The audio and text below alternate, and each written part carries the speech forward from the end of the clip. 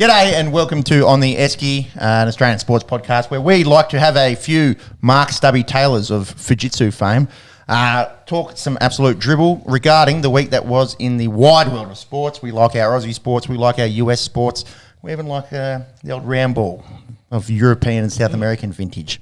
Today's show, Cricket World Cup, it has been, it's been high energy, it's been upsets galore. The Netherlands, freaky deaky Dutch, just knocking the South Africans out of the tournament about 2 minutes ago. Super 12s are wrapped up. Unfortunately, our Aussies are gone. King Kohli's back. 3 years in the wilderness, made a few runs when it mattered. Rugby League World Cup, on the other hand, it's pretty much all gone to script. A lot of blowouts. Australia, New Zealand, semi-finals. England versus either Samoa or Tonga in the other one there. NFL Week 9, the Philadelphia Eagles are undefeated, but are they the best team in football? We'll chat that. We'll talk NBA, a couple of weeks into the season now, and there is an absolute shitstorm brewing in Brooklyn.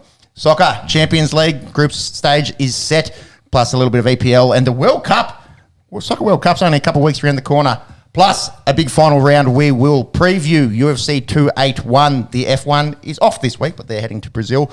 Plus, a little bit of fight news. Please remember, we have timestamps. You can skip to the sports that you like, or if you're an absolute sports nuffy, just listen to the whole bloody thing.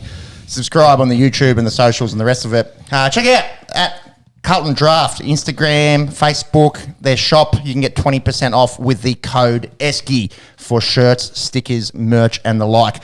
Boys, we like to start this show by shouting a beer to reward brilliant work in the sporting arena in the past week or 2 weeks, as we have been going fortnightly of late.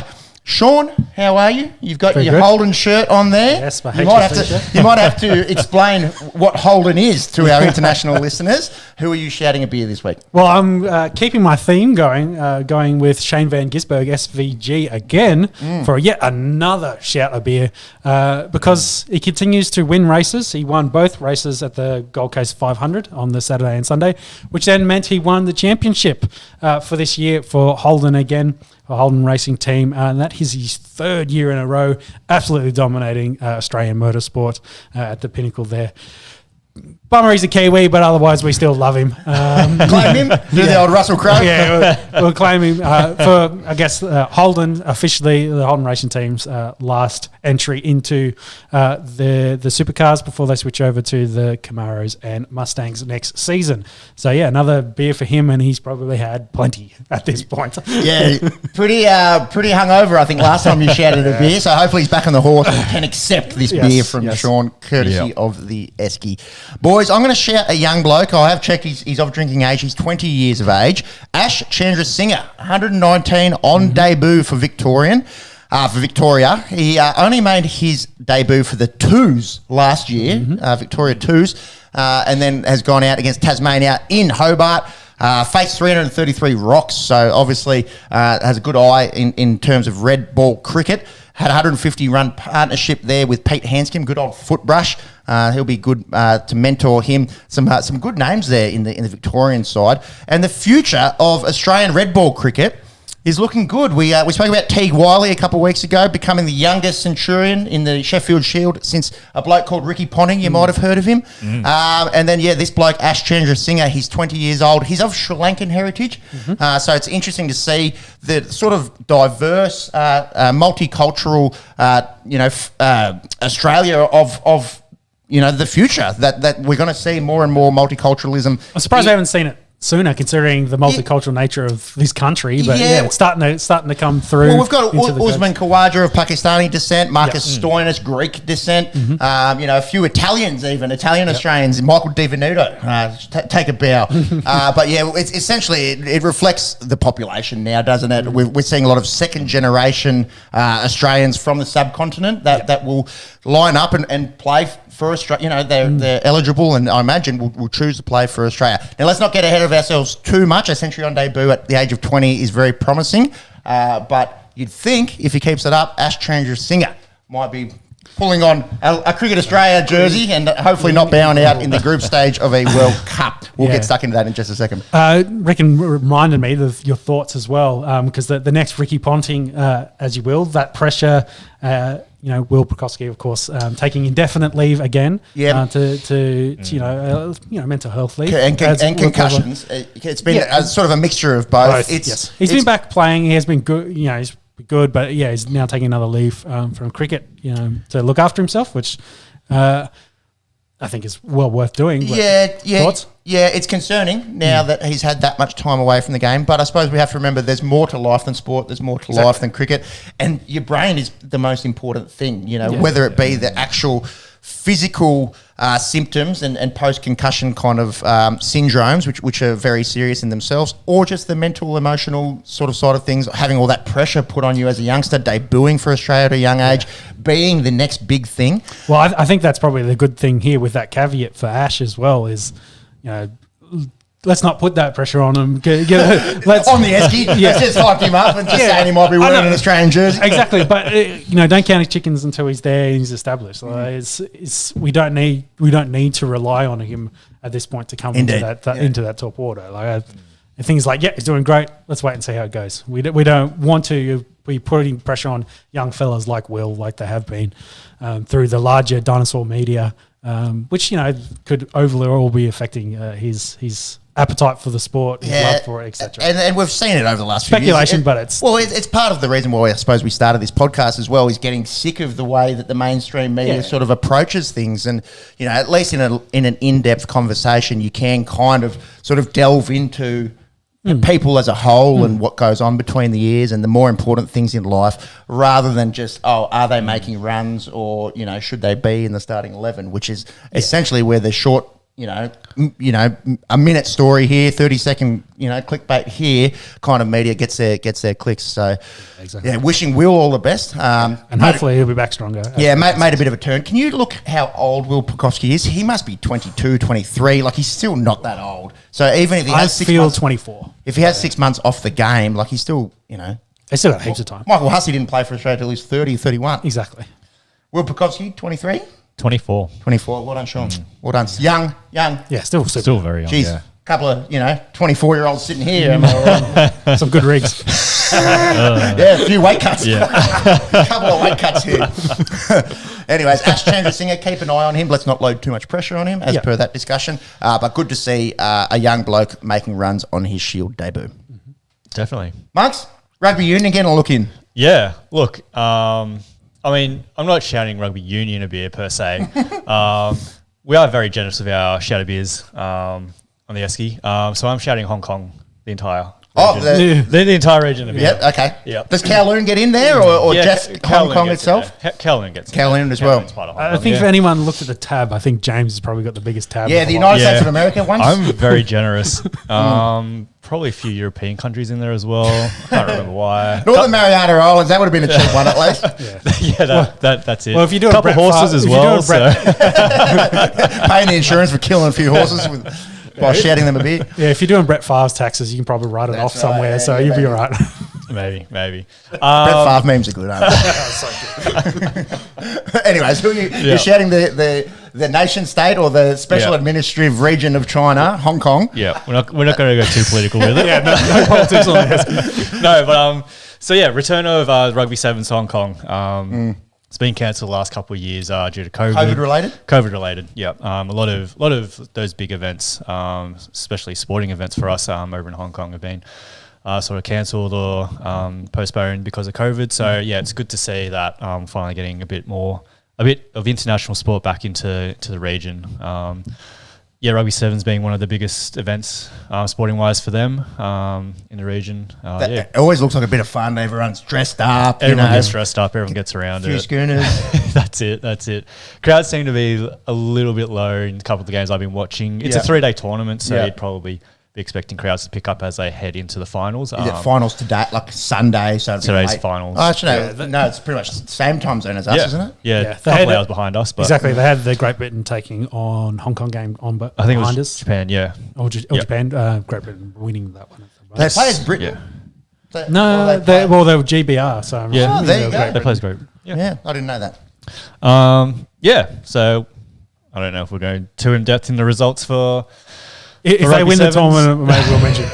Maybe. We'll have to find out next week, but yeah. Good to see Rugby Sevens back in Hong Kong. Jeez, you could do a little weekend away, Rugby Sevens into Happy Valley, into Sha Tin, couple of jeez. Be nice. Must be nice to have a bit of cash. Yeah, well, I was going to say you'd probably lose a few dollars there. Yeah, well, true. Well, I suppose the caveat being Or you could you've pay for got the your money trip. to be there, Yeah, so true. you can afford to lose it. Hashtag like and subscribe and make this podcast blow up. All right, boys. Mop of the week. Speaking of, a company that you'd think would have a bit of cash. There's an app down here called Better, BETR. They've thrown out some crazy markets regarding the Melbourne Cup, which ran on Tuesday. Yep. Shout out to Gold Trip, winning that one at about 20-1. Now, Better was allowing 100 to 1 odds, $101 to 1 odds for a lot of the horses, but then inexplicably were cancelling some accounts 20 minutes prior to the race. I suppose. Even Well, what odds before were they that- given? Did you the hundreds to 1 was what they were paying across the board? So they played that it was Yeah. everything was 100 to 1, max $10 bet. So you could essentially, if your horse gets up, you're pocketing $1,000. Yeah. Then I think they could thought, oh fuck, this is a lot of money to be throwing. I'd bet on every horse. Around. Well, yeah. How many email accounts and how much effort do you want to put into it? I suppose to make Bet on 20 horses. to make So- $1,000. Yeah. So they obviously there were people doing that were trying to make a quick green. Really? Yeah. Then the print media, the good old reliable print media, was saying that Yeah. people's accounts were getting shut down 20 minutes prior Yeah. to the big race jumping. Before even that, obviously everyone was jumping on the favourite. Yeah. So they ran. Deauville legend. Yes, yeah. So Favourites, they don't win the Melbourne Cup. No. no, but they sent out. Kylie Davis says hi. That's it. They sent out to all the punters cashback if you pay out early. So $150 in bonus bets Yeah, if that's you're it. on Deauville legend. So they went into damage control Yeah. already, assuming that the favourite would win the Melbourne Cup. Dumbasses. Haven't obviously looked at the form over the last 20 years. Also, it. Fiorente, 2013 maybe, says hi. Bit of Melbourne Cup trivia. Anyways, go on. Yeah, no, and then like you said, after that, heaps of punters were going on social media saying that their accounts had been deactivated. They couldn't access anything. Part of the email was don't set up any new accounts or else you'll lose all of your bets in your current accounts. So pretty much everything was locked down. So time will tell, I suppose, if these people were just making bunches of emails to try and make a quick grand or had better done the wrong thing. That's News it. Corp It's a bit backed. of News Corp backed. Rupert so, Murdoch. Yeah. Hey, how are you? Hi, Rupert. Doesn't he have a bunch of betting companies already? Doesn't he have a bunch of money? Also true. Yeah. We're worried about China knocking us off. Rupert Murdoch's probably the wrong tree to be going up, barking up there. Yeah. That's it. No, but it just seems like an absolute shit show, I suppose, from all aspects. A lot's obviously, I suppose, to be said, to be played out. Yeah, time will tell, I suppose. It's only That's it. sort of been in the zeitgeist for the last sort of month or so. Yeah. The other thing I checked the other day, you can get 100 to 1 markets on AFL and NRL teams next year that aren't the good teams. so the AFL, I think it was North. yes, you can get 101. I'll say the ones that were 10 to 1. Yeah. So it was like Sydney, Brisbane, Melbourne Demons, Collingwood, Carlton were in there. Let's make of that of what you will. There was like 6 teams that were 10 to 1 and the rest were 100, and it's a similar thing in the league, like Penrith, Melbourne, Sydney Roosters, etc. But yeah, it's all sort of waiting to play out, and we'll see what happens. But you imagine if they're News Corp backed. I don't think News Corp owns the whole thing. They own a third share, perhaps. Something like that, But you'd think with that kind of backing, they couldn't go under. No, well, leading up to the race, they were hedging their bets by betting with the big players like Tabcorp on So they were taking Duo money and as putting well. it back in through like on the sports favourite. bet on the favourite. Really? To hopefully Yeah, so win they were using and get the money back that- to cover themselves. So it's a big show. Yeah. Yeah. Interesting. mitigating losses. But yeah, apparently it might be the whole promotional scheme might be under investigation. Got your deals. Yeah, so wait and see. But yeah. Bit of Rupert Murdoch, money laundering, etc., etc. Hi, Rupert. Alleged. Alleged. Everything here is always alleged. will not repeat in the court of law if it ever went that way. Anyways, we have sound bites on this show. Speaking of courts of law, hopefully we don't get done for this one. Should we talk some cricket? Go. T20 World Cup, as per last pod, we were hoping that the rains stayed away. Marge, the rains are here. Definitely affected Group 1. And South Africa, we'll get to them in a second. They had a game rained out as well. But it just makes everything more and more cutthroat. T20 cricket is cutthroat. Well, what do we you get? miss the game and it becomes more cutthroat. Do we get 4 rainouts and a bunch of DLS? Yeah, I think there was 3 in Group 1, and I think 1 in Group 2, and maybe 3 Duckworth Lewises, something like that.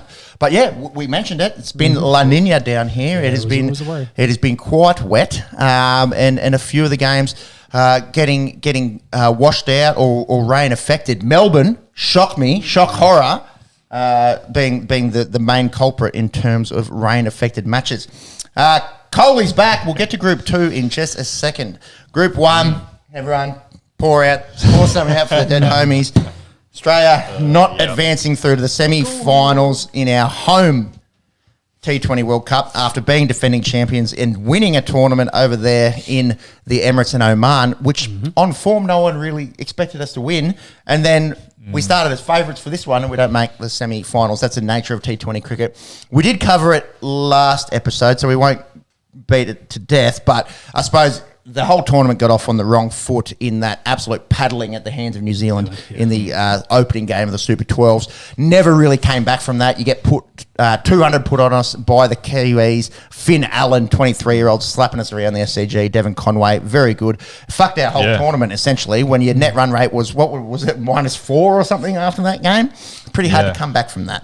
Yeah. So we'll go through the rest of Group 1. England got past Afghanistan. Sri Lanka get past Ireland in that first lot of games. Let's talk about that Australia-Sri Lanka game. 10 o'clock start on the East Coast on a Monday night. It was in Perth. They're trying to get people, after work or get bums in seats for a good time. In Perth?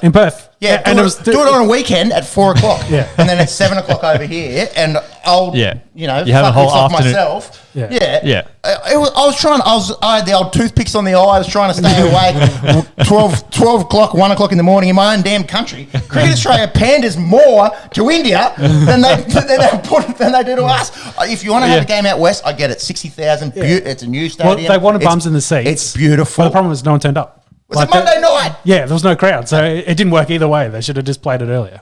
Anyway, you're still going to do that. Australia got that rant over. Australia got that win. Zampa had COVID, so Agar goes in. Much better bowling performance. Didn't slapped around. Managed to keep Sri Lanka 257. And Finchy, poor fellow, he had 31 of 42. He said post-match that he could barely get it off the middle square. Thank God for Marcus Hotboy Stoinis, Marcus Big Chest Stoin, 59 not off 18. What were our thoughts on this one, boys? Did the job. Had to. Yeah, you lose that. That's pretty much tournament done. See you later. Yeah, and I think they scored at a good rate as well to chase it down. So I don't think they could have done much more in that game. I think the Afghanistan game, letting them get so close to what they scored was, again, another detriment. Yeah, we'll get to that in just a second. They really needed to belt Afghanistan to give themselves good chances. In the end, didn't matter. Didn't matter, to be honest. First major upset of the tournament. How good. The fucking Irish going out there and doing England at the MCG. Andy Balbirnie, 62. And England, they sort of got off to a little bit of a slow start. They didn't look convincing against Afghanistan, and they lose this one to Ireland. Pre-tournament, we're like, geez, they're one of, if not the best white ball teams in the whole world. Josh Butler, probably the best white ball player on form in the world, and didn't really fire. And it was party time down here because the Irish did us the biggest favour in knocking off the English. Then the rains come through, so we get a whole round of games washed out, essentially. Afghanistan, poor fellas, they get 2 washed out, and then probably Friday night at the MCG, one of the biggest games of the group or of the Super 12 stage would have been Australia and England last Friday night. That gets rained out, and again, it makes the tournament even more cutthroat than it already is. Yep. New Zealand continued to improve on their net run rate by smashing Sri Lanka by 65 runs. Glenn Phillips, 104. And Trent Bolt, the bloke's getting on a bit in age, but looks just about unplayable at times. He had 4 for 13 off 4 in that one. Australia go to the Gabba, have to beat Ireland, do so, 42 runs. Finchie, 63 off 44. That's the highest score by an Aussie in this tournament. That speaks volumes. Yeah. And then this might have been actually the turning point for us. This was a really good chance, net run rate wise, to really pump the Irish. We had them 5 for 25. If you skittle them for 50, that net run rate probably jumps back into the positives. Yep. And there was a big drop from Pat Cummins and a bloke called Lorcan Tucker. Hats off to him, 71 not in that one. We end up winning by 42 runs, not quite enough. Sri Lanka go out and beat Afghanistan. Then England turn their ship by beating New Zealand. We see the Joss Butler that we expect. Yeah, he goes out and makes 73. We needed a favour from our Anzac brethren in this one. Didn't quite get it. They go out and beat Ireland. That gets us through to this weekend. And essentially, a lot of people are like, well, we've got to go out and stomp Afghanistan. And that way, if there is a miraculous washout last night, which we didn't get, our net run rate would have been better. We beat Afghanistan by 4 runs. Yep. What's going on here, boys? What's going on? Afghanistan, credit to them, greatly improved as a cricketing nation, especially in T20. We said that T20 is their format. They didn't actually quite get a win in the Super 12 format, but definitely troubled a few teams, including us. Yep. So, what do you think of the selections made against Afghanistan? Besides, Rashad Khan doing a one-man show. Well, that's what I was going to say, like, in Adelaide. Like, at his home ground, for the Adelaide Strikers. So I think Stark, they omitted him. I don't think it was an injury for Kane Richardson. He was omitted. Kane Richardson ended up getting smacked around. Then Finchie apparently was a bit ginger. Yeah, well, he was lame from the game before. He didn't field in that game, so understandable there. I think he has trouble cutting the weight like Charles Oliver. Love you, Finchie. And who was the other one? Was Tim David as well? Yeah, Tim David also hurt himself in that other Tim game. David out, Steve Smith in. So of the guys that come in, all very good T20 cricketers, all didn't do much in this one. Cam Green, we saw what he can do at the top of the order in the warm-up games against England. Unfortunately, succumbed to second ball in this one. Smudge, who we were talking about a lot through the tournament, is he in Australia's best 11 in T20 cricket? Probably not. I do love you, Stephen Smith. And then Kane Richardson just got smacked around by Rashid Khan. Really, what do you do? Two of them, your hands forced. Yeah, I know, but I think the Stark one's the interesting one because we've talked about it before. If you go with that kind of lineup, and I think they covered it in the commentary and the coverage, it's same. It's like Stark's the one that gives you the difference, a different type of bowler, different angles. Yes, he can be a little bit expensive, but then also he knocked the pegs down. Like he did that multiple times in the game before. So I think going in there with Hazelwood, Cummins, and Richardson, You've taken out the one bowler that has the ability when he's on to instill fear in the opposition. And they gave Cam Green a bowl as well, which is again same. Like they just didn't have anything different, which I think was where maybe a Starkey in that end towards the end can get stuck in the tail a little bit, scare them a bit. Even the top order, Monks, if you don't mind scrolling back down, yes, Afghanistan have some good players in your Muhammad Nabis and in your Rashid Khans, but if you're, no offence, Usman Ghani or Gulbuddin Naib, who actually made a few runs here, I know who I'd rather face. I definitely wouldn't, he might be a bit erratic here and there, but I wouldn't want Mitch Stark bowling 152 at my throat. No. Can you get the bowling stats? Just scroll down a little bit. I know Richardson got pumped. 1 for 48, Kane Richardson. Steins got pumped as well. He took a lot. Richardson's was the big one. Yeah, the only really 4 for 48. The only really good bowler in this one was Zamps, who's been good throughout the whole tournament. 2 for 22, and Paddy Cummins. Paddy Cummins pretty good. Didn't get a wicket, but also just went for 22. Anyways, we got the win, and credit to the Afghans. They're improving each tournament. You see them play, they're a lot better. I remember the 2015 ODI World Cup, and it's maybe a little bit apples and oranges comparing. one-day cricket to T20 cricket, but we scored just about 400 against Afghanistan. It was an absolute walkover. It wasn't even close to being a competitive outing. You give these Afghan boys another 5 years, and then maybe they start knocking off teams like Australia. They were bloody close on Friday night, that's for sure. Well, I think in this game, though, when it was Afghanistan's turn to come out to bat, I think they said that for us to have any chance on net run rate, we needed to get them all out for like 106 or something like that. And besides a few here or there, top order that got skittled, like they seem to cruise to that, and then just sort of pace themselves out to, I mean, almost coming to a chance to win as well. So it really didn't feel like the Australian side kind of got out of second gear. They're just again kind of cruising. And we've spoken a lot there about the bowlers. You know, poor Kane Richardson comes in, gets the punishment. It's only 4 overs. None of our sticks really fired in this tournament. We spoke about how good they had 1 or 2 games. Like Finchy had a few good games. I think Maxwell had 1 or 2 good games. Yeah, one or two. But the people that I wanted to highlight were the people that we'd spoken up so highly. You know, given their IPL and their good form, Davey Warner and Mitch Marsh didn't have great tournaments. Yeah. And then when you're missing your big guns firing, and it's been well publicised, Finch's struggles of late. The other thing is, like, to get a decent score here against Afghanistan, it's not really what we need. You know, that 40, 45, we need that against England or New Zealand. Yeah, exactly. Yeah, that was the turning point. So I think it was good to see Finchy get some runs, and probably what will be his last tournament and the last go around with the Australian squad. Yeah, you'd think so. I've got a little segment there where we'll talk about. Actually, no, we're on Australia. Let's do it now. Yeah. Moving forward, the next T20 World Cup's in 2 years. So everyone's ages at the moment, you've got to add 2 years. Finchy, who captained this game? Was it Maxwell? No, Wade. Wade captained this one with Finch out. So Finchy, you'd think done is probably going to announce a retirement. You wouldn't see him going through another 2 years to 2024. Well, not 2 years, yeah.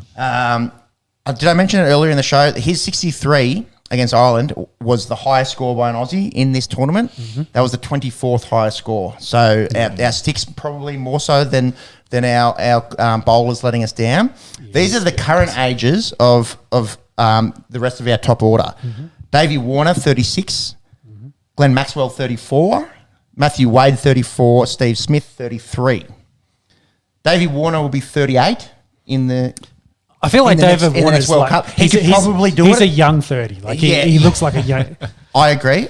His Iron Woman missus gets him in the shape. So I think he'll be in good shape. He's good. I think Davey Warner will be okay as a 38-year-old. Wadey is 34 with Inglis and Philippi and the young keepers knocking down the door. Yeah, I wouldn't be too worried about Wade and keepers. Like, I think we should be right. Yeah, well, I'm just saying you're right. Not from the Australians' perspective, from a Matt Wade perspective. Yeah. I'd be surprised if he has the gloves in 2 years' time. Yeah. Maxwell is unreal, 34. I think as a 36-year-old T20, he'll be picked for sure. And in that role as like a specialist to come in and just do something crazy. Bat 5 or 6 and go out and get your 54 striking at 170. Yeah. I think Maxi of all this sort of top order will be fine. And then Smudge, we've kind of spoken about it. Unbelievable red ball cricketer and even 50-over cricketer, but probably moving forward, I don't know if he'll his style just doesn't fit for whatever reason, and you don't want him then to switch his style to more white ball and then his red ball falls. No. Yeah, we don't care about that. Without making excuses, it's T20 cricket. Who gives a fuck? Smudge, you make sure next Ashes you're good to go. Yeah. But the main point that I wanted to iterate, I suppose, was this changing of the guard, especially in terms of the sticks moving forward. We saw Ben McDermott in the last few big bashes, how good he's been. We've seen Cam Green, what he can do. Didn't take his opportunity here, but it was one game.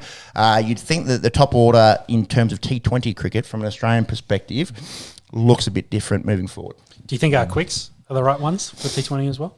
Yeah, I think so. Do we burn them out? Because it's Stark, Hazelwood, and Cummins across all three formats. Yep. Do we need to look at the Richardsons, and the Nathan Ellises? Didn't make the squad in this one. yeah, do we need to sort of prioritise them? Hazelwood, the year that he's had, the IPL that he's had to pick him. Yeah, exactly. Yeah. Cummins is probably the one that had a little bit of question mark over him coming with his form off IPL, but you're going to pick Cummins because I guess my follow-up question is who's captain? Moving forward, yeah. Because I don't think, if Warner's still there, I don't think he's going to be allowed. Yeah, well, he's not. There has been chat about that. There's been chat about turning that blacklisting around for David Warner, or do they just unify and give Cummins the captaincy, unify the belts, if you will, or do they give it to someone like a Glenn Maxwell where they say, well, when we're picking a T20 team, you're probably the first person picked. Do you want to take the reins for the next few years? I was going to say that, like Glenn Maxwell, like obviously Warner and Smith are always going to be around there, but this is his format. He knows the game. His presence, even just fielding, instrumental to a lot of our games. So. But he's a captain, though. Well, he's captained the Melbourne Stars before. I don't think he's captained. Has he captained the IPL? No, because whenever he's been on RCB, it's always been Kohli. So, I don't know. I'm not sure. Moving forward, all of this is assuming that Finch announces his retirement this summer and doesn't get asked, which has kind of been, the lead up. And for months, I've been saying, we back Finch in, we let him have this tournament. You don't change things before a major tournament. You definitely don't change things within a major tournament. Then the tournament's over. It is essentially a failure. It's a home. Exactly. It's a home. You win the World tournament, Cup. different conversation. Yeah, exactly. Not making the semis. It's a home World Cup. We don't make the semis. That's a failure. Yeah. If you graded all the teams, you give the Netherlands an A+ as to where they were expected to do. You probably give us a D. Yeah. Maybe a D-, which isn't technically a failure, but you know what it is. It's you're not proud of it. Yeah. Maxwell captain the Kings 11 Punjab. So that's going back in the days, before his RCB days. Yeah. But as captain, the Stars. Yeah. Yeah, he's a bit of captaincy there. I don't want to ask that. So we mentioned the IPL a few times. We did notice during the auction there wasn't much buy-in of the Aussie players early in the auction. Is that was that a sign that maybe Australia we're not playing as good as we used to? Is there? Well, they only picked the ones that were making money were the specialists. Yeah. So Quicks were getting good money, and Aussie sticks. We didn't really see anyone. I think Davey Warner got a little bit. But that's the thing. Mitch Marsh is an all-rounder. It's supply and demand. That's probably there's a lot of played into this comp as well. We haven't. And there's a lot of supply of Indian batsmen, so they're going to stay local with that. So they spinners. So then they pick. They pick the foreign quicks and the foreign pinch hitters. The guys that come in, like a Maxi or like a David Miller or someone, that come in 5 or 6 and just go at 160, 170. Maybe it's testament to where T20 cricket is at in this country compared to other nations as well. Well, here's the other thing: do any of those guys play regularly in the Big Bash? No, and that the Big Bash is a whole different conversation, isn't it? It's in the middle. It's in the middle of the summer. It's our summertime. So if you want to play Test cricket, you're not a Big Bash player. Yeah, exactly. You can't get that form. So yeah. Whereas someone like Finchy does. Finchy, Maxwell, that's why they've become sort of T20 specialists. Exactly. And we've seen guys like Steve Smith kind of struggle. Fall out of favour when it comes to T20 cricket because he's going, I want to maintain a Test average of 59. You fucks. Yeah. Interesting. Moving forward. Yeah. Anyways, so Australia gone, New Zealand and England get out of that group. We'll just briefly touch on England last night. Yep. So the way that it worked out is every Australian had to get around Sri Lanka. Any bit of Sri Lankan paraphernalia you had around the house. I think I had a Sanath Jayasuriya bit of kit back in the day. I was looking for it, couldn't find it. Probably wouldn't have fit my left arm these days. Was cheering on the Sri Lankans last night. They started really pretty good with Pathum Nusanka 67 and then a bit of a collapse. Their middle order didn't get much done. They should have got 30 more, but they fell down. Testament to the English side being very good. Once they got the key wickets, they then ran through, got a bit of a run there and ran through the middle order. So. Yeah, 100. You don't win too many games with 141 on the board. I think I said to you, it went fucking close. From what we're seeing through the tournament, about 160 is a bit of a par score. So if you're not kind of hitting that number, then you're a bit unders. So. And it's a bit... And which would have been the difference, an extra 20 in this. Would have been huge. They would have won. And that's sort of been the way that this tournament's gone as well. Bigger grounds, a little bit wet and overcast for this time of the year, lower scoring games. England looked like they were just going to cruise through with Hales doing his thing at the top of the order. They were 2 for 93, 10 overs into it. I went to bed. I thought, oh, well, Australia's gone. And I was watching the highlights and going, geez, I'm glad I went to bed because I would be extra pissed off that Sri Lanka, in the bloody Sri Lanka went so close, doing laps. But so far. Hasaranga, we've seen him in the IPL and how good he's been. He's going to be a superstar. He probably already is a superstar, but moving forward, he can put a game on his back and get you 2 for 20 odd. But yeah, England just sneaking home with 2 balls to go, winning by 4 wickets and cementing their spot in the semi-finals. And tantalising or a very tasty game coming up against the Indian squad. For England. Yeah.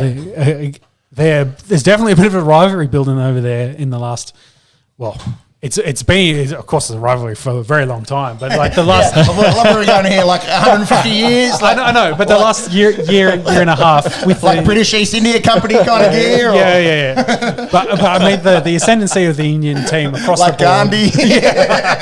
Sorry. I know. I'll let you finish. No, I can't, yes, it's been a rivalry for a long time, but I think with both teams kind of being at the pinnacle of their powers at the moment, like it's, fighting for that, who's the number one at the moment across cricket. So it's good to see.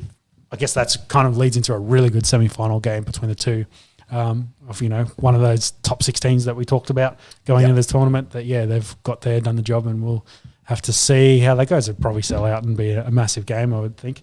I'd say probably Indian favourite in this country. So? Yeah. So, but either way. King Kohli, can he keep it going? Speaking of India, King Kohli, let's talk India. Let's talk Group 2.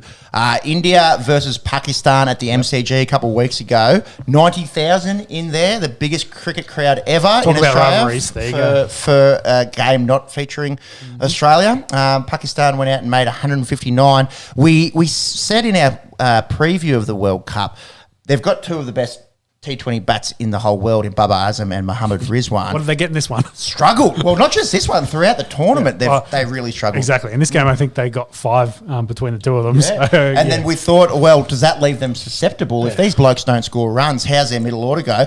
That Iftikhar Ahmed, he goes all right. And Shan Masood went all right in this one, but we'll talk about Shabad Khan a little bit later. And then India, they had to rely on Old Faithful. He's done nothing for the last 2 and a bit years. We've been on his case pretty much the entirety of this podcast. We're saying, when is Kohli going to get the proverbial monkey off his back and score some runs? He's done it throughout this tournament and on the biggest stage, and with possibly 1 billion people watching on TV in what is essentially the biggest rivalry in cricket. Yep. And up there with one of the biggest rivalries in sport. Yes. And the interesting thing of as a neutral viewer was seeing the intensity of the crowd in this game. Yeah. Well, as it was getting close and towards the end, it was like, oh, okay, this is... Kohli would hit a boundary. You'd see seas of blue erupt. Yeah. Pakistan would take a wicket. The seas of green would go up. The noise. Everything. A run or a dot ball. There was no crowd noise like this in the Australian games. Let me guarantee you. Let me guarantee you. The Aussies probably halfway through their schooner thinking, Finch needs to make a few runs. There's never such a begrudgingly sort of love of a team like the Australians do. Where he hits a 6 is about time. Yeah, it's about time. Should have done it 2 overs ago. I could do it in fucking 4th grade.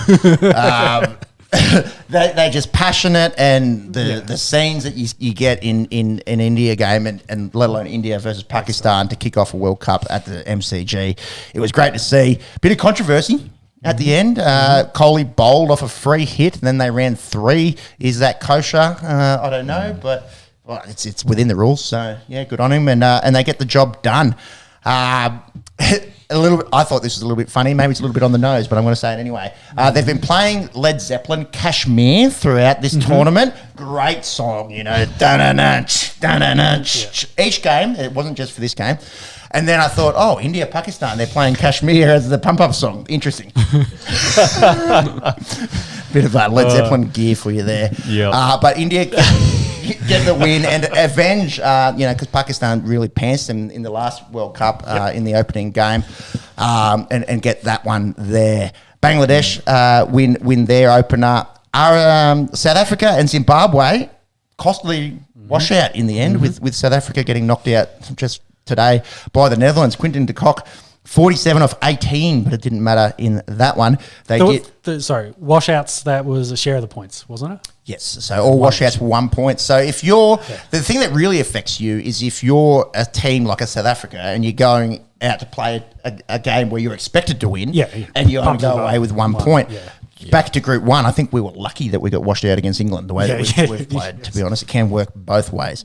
But then South Africa looked really strong when they destroyed Bangladesh by 104 runs. Riley Russell, 109. Unrik Nortje, 4 for 10, if you don't mind in that one. India getting the job done against the Netherlands. Kohli, 62 not. But the Netherlands definitely didn't embarrass themselves by any means in that one. To get through the play-in tournament and then to get in, I think they've done a good job there. Especially they beat South Africa today, though. That's huge. Zimbabwe coming up with a big upset over Pakistan, and really Pakistan's tournament in all sorts then, starting at 0-2, you essentially put a line through them. But the nature of this tournament, they're well and truly alive. We'll follow that Pakistan-Bangladesh game as it unfolds. Where are they playing that? That's straight, so it's a double header at where? Adelaide Oval, So doesn't look like rain. No rain about. Thank God. Bangladesh in a thriller get over Zimbabwe by 3 runs. This was a weird one where the last ball, it was deemed to be a no ball because the keeper did a stumping, but he took the ball in front of the stumps. You don't see that one sort of play out very often. And they reviewed it, and I was like, what the fuck are they reviewing this for? The bloke's about 3.5 meters. He was halfway to the sheds when he got stumped. And I said, why are they reviewing this? Turns out they get it on a technicality. The blokes had shaken hands. They were off the field. And they said, no, come back on. We're going to bowl another ball here. And it was a swing and a miss. So it didn't really matter in the end, but unusual kind of ruling there. Pakistan opened their account with a win against the Netherlands. Shabad Khan, we need to talk about him. He is a very, very good player. We're talking about Pakistan. If Rizwan doesn't make runs, which he did in this one, and if Baba Azam doesn't make runs, they can be in trouble. Shabad Khan gives you a bit with the bat. He gives you a bit with the ball. He's a really good all-rounder. He had the Netherlands on toast. Then South Africa go out and essentially upset India in Perth. Very strategic from Cricket Australia. A lot of South African expats over there in Perth. And then India, time zone-wise, playing a game in Perth, very, very smart. Cricket Australia / the ICC influence, maybe, plans these games very well for the Indian fans. David Miller, pretty good in that one, and Lungi and Ndidi getting the bickies there to make this group really interesting, because India can't go through and win out, and they're going to top the group, but after this game, it looked very interesting. And Bangladesh really caused them a bit of issues the other night in Adelaide as well. Virat Kohli, his 64 not means he's passed 53 times in this tournament, and he has the most runs in T20 World Cup history, surpassing Mahela Jayawardene. Has he got the most runs in this tournament? Did you say that? There's a caveat. There is a caveat. Yeah, so I think Kusal Mendes has the most runs. But no, O'Dowd playing for the Netherlands. Oh, how good. We're talking about Will Pukoski. He looks like Will Pukoski. I stole that from Great Cricketer. Shout out to the Great Cricketer. Virat Kohli has the most runs out of Super 12. Yeah. Okay. Yes. So, essentially, yes. Yeah. And where did we get to? Okay, so Pakistan beating South Africa. So, making this group really, really interesting. Shabad Khan, good in this one. Shaheen Shah Afridi bowling to Temba Bavuma. It was a bit of Bilbo Baggins, Gandalf kind of chat, if you will, Lord of the Rings fans.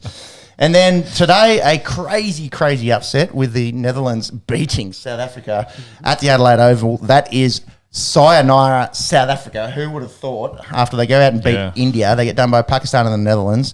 They have that one washout, which will prove costly, that one against Zimbabwe. So they're packing their bags, and this Bangladesh-Pakistan game essentially becomes a knockout. It's like a semi-final now to get into that top two.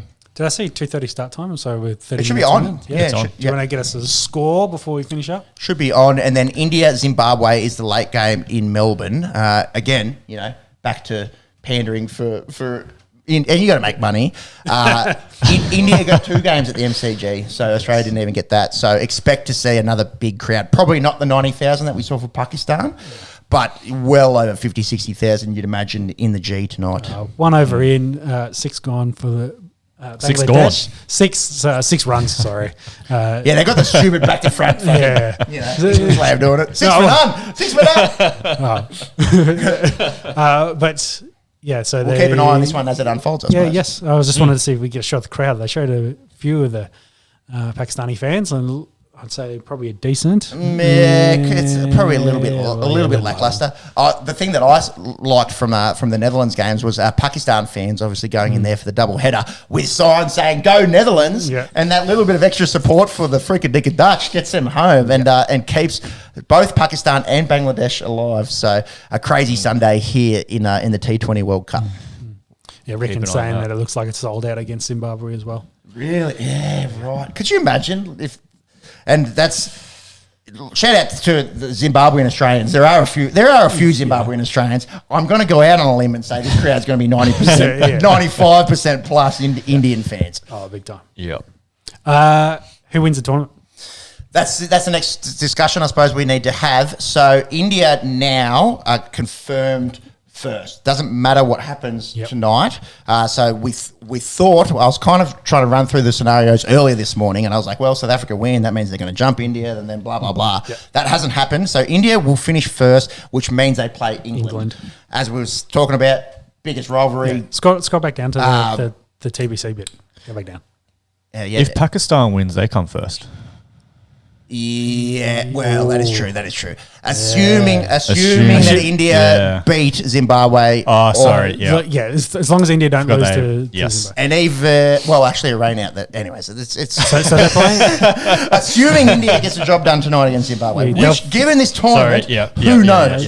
Who knows? India should be playing England. Yeah, at Adelaide. I just wanted to confirm that the ground. So the ground is at Adelaide, so not Melbourne. So not a home game maybe for India.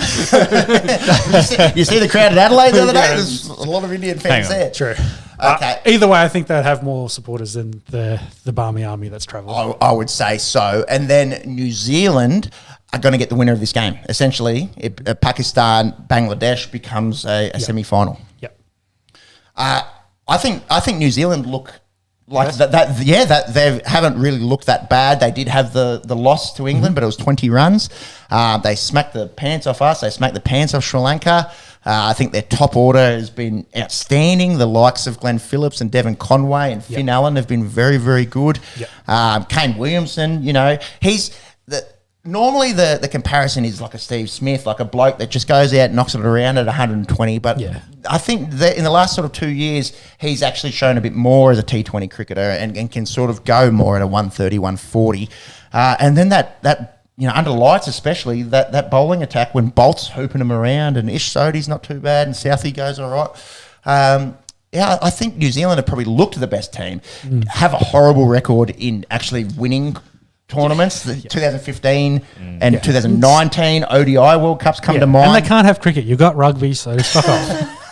I'll go for New Zealand in this one. Sorry to our Indian listeners, but in English. Yeah. I don't know if we actually have any English. Oh, probably a few. Maybe because we rip on them so. Exactly. A lot of sad little pathetic eyes. I think of the 4 teams, say Pakistan wins, I think the other 3 have been playing overall better. I think New Zealand's probably played the best. India and England probably comparable in the way they've played. England probably playing a little bit better. I think Pakistan's probably the team that could make the biggest leap because they haven't played as well. Yeah, we've flogged a dead horse in saying that Baba and Rizwan aren't making runs. If they make runs, they could make the semi-finals, and these blokes haven't fired. Yeah, exactly. If they start firing and they score runs, I'd label Pakistan clearly with the dark horse. I think they're four, but they will trouble the others. So we'll see how they go. They've been actually bowling pretty well as well. So I think all Shah Afridi's legit. Shabad Khan gets you 4 hours, 4 overs, 4 overs of good spin bowling. They're so I'm going to lay with, although they've lost 2 games, but maybe they got the worst out of the way at the right time. Exactly. I think I'm going to call them the dark horses. I'd say New Same Zealand. thing that we did 2 weeks ago. Yeah, well, I think it's firmed up what we thought. Yeah. New Zealand probably favourites from the way they played in the early tournament, but India and England on their toes. Interesting. I can't really argue any of those points. Obviously, bitterly disappointed that Australia's not going to be there. Yeah. Monks, would you mind chasing up? I don't know. Let's get the English team drug tested, maybe, and then we'll get them booted out and Australians slip a Mickey in. I don't think it's going to happen. We, as well, kind of back to England. I don't think we've seen the best of England. Yes. You know, England on I think we've seen bits. There's shades. Yeah. Shades, if you will. But we haven't seen a complete performance. If that English team gets going, the Milan injury might be. But I think they've got the depth to like. No, they're bat heaps deep, but Livingston batting 6 and 7 is an absolute cheat code. Like he is in the top 5 T20 bats in the whole world. Yeah. So if they actually show a complete performance, scary. But that both these semi-finals will be intriguing. But especially England and India, it's gonna be big. Yep. I don't think New Zealand's won a T20 World Cup, whereas I'm pretty sure all 3 of the others have. Yep. Can you chase that up? Has Pakistan won one? England has definitely won one. India has definitely won one. When was the last time they won a 50 over World Cup? Who are we talking about? New Zealand. Famously have not won one. There you go. Well, they haven't really won white ball tournament then. I don't believe they have. They got absolutely dudded in 2019 with that fake draw and however fucking ways the English managed to cheat as usual in that one, robbing it from our Kiwi little brothers. But they haven't won a T20, have they? No. So we won the last one. That was to get us off the nudie run. Yep. And then the West Indies have won 2. Rest in peace. And then Pakistan's won 1. Pakistan's won 1. Sri Lanka's won 1. Sri Lanka and India. And England. Yeah. Okay. So New Zealand would be the only team in this semi-finals that haven't won one. So has New Zealand made the finals of the last 2 50 over World Cups and lose? Last 2 50 overs and the T20, and we beat them in the T20. So their finals record is no bueno. No bueno. Yeah. Yes. Thank you there to QTW. Pakistan won back in 2009. That'll do us for cricket, boys. Yes. We will follow that match. We will follow that match. We'll watch Pakistan and Bangladesh as it unfolds. Do you want to switch those two for me, Jimmy? Live before us here on the Esky. Thank you to Ricken and QTW for following us here in the chat. It's going to be interesting. Next week, I suppose we'll be talking semi-finals and final. And Pakistan has just struck there. Leighton Das, who's been quite good in this tournament, he's succumbed to Shane Shah Afridi. How good this Shane Shah Afridi? I know we've said it before. He's the real deal. He bowls wheels. He's tall. He's kind of ruggedly handsome as well. Does a bit. That's for sure. That's nothing shot really. That one. Just picked out the fielder. Picked him out. Go Black Caps. Or as they say, go Black Caps. Righto, let's talk some rugby league. One of the worst sound bites in internet/podcast history. I love how we've got a sound bite of just you doing it. You're sitting right here. It's good actually for my palate, good for the throat, it actually takes a toll. Saves larynx. All the other things I do with my throat as well also take a toll. Sipping beers, I'm talking about, of course. Rugby League World Cup. Now, we couldn't contrast 2 competitions more differently. The juxtaposition, if you will, of these 2 competitions is stark. The cricket, there's been upsets. There's been close games. Every game matters. You can't slip up. Yeah. Whereas, the group stages. The mini nations playing really well. Yeah, it's a bit of a training run, really, for the Tier 1 nations in the group stages. Interesting that each group had the same table, essentially. Mm-hmm. So the number 1 team, the Tier 1 team, if you will, and Tonga, finished with 100 plus points difference. I think England's points difference was close to 180 points in 3 games. So England, Australia, New Zealand, Tonga don't drop a game, don't really look close to doing so either.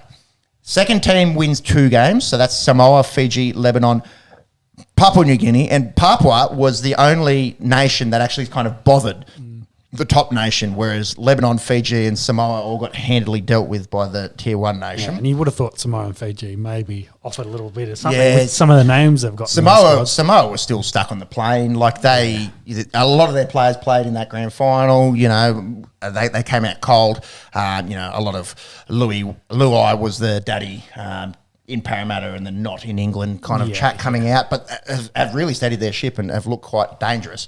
Then the third team, and it's kind of interesting that France and Ireland, who if you look back in World Cup history, Rugby League World Cup history, used to be a bit better.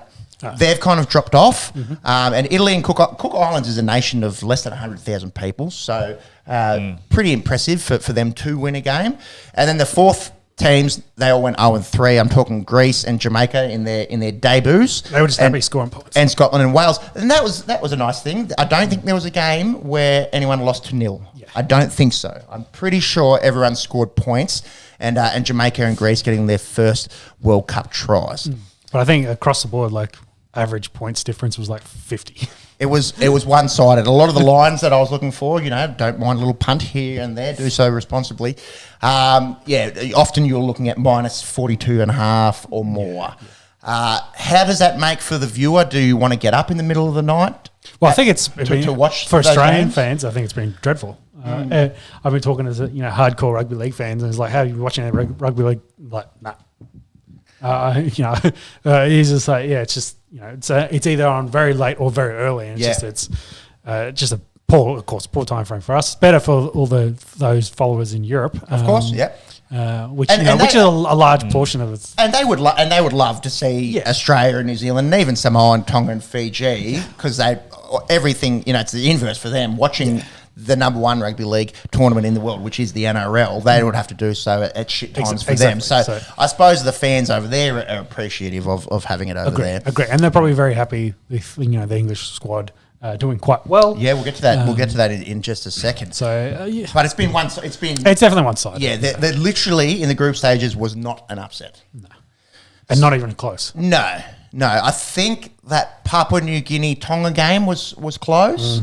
But then he might have been the only one that was within a try or 2 converted tries. I think all the others were more. Yeah, so it made for difficult viewing. The 2 of the 3 Australia games were early starts, which I don't mind. I'm a bit of an early bird here in terms of our panelists. I also am an early bird to bed, so it works kind of the opposite way. If there's a game starting at 11:30 on a school night, I'll have a rant about it.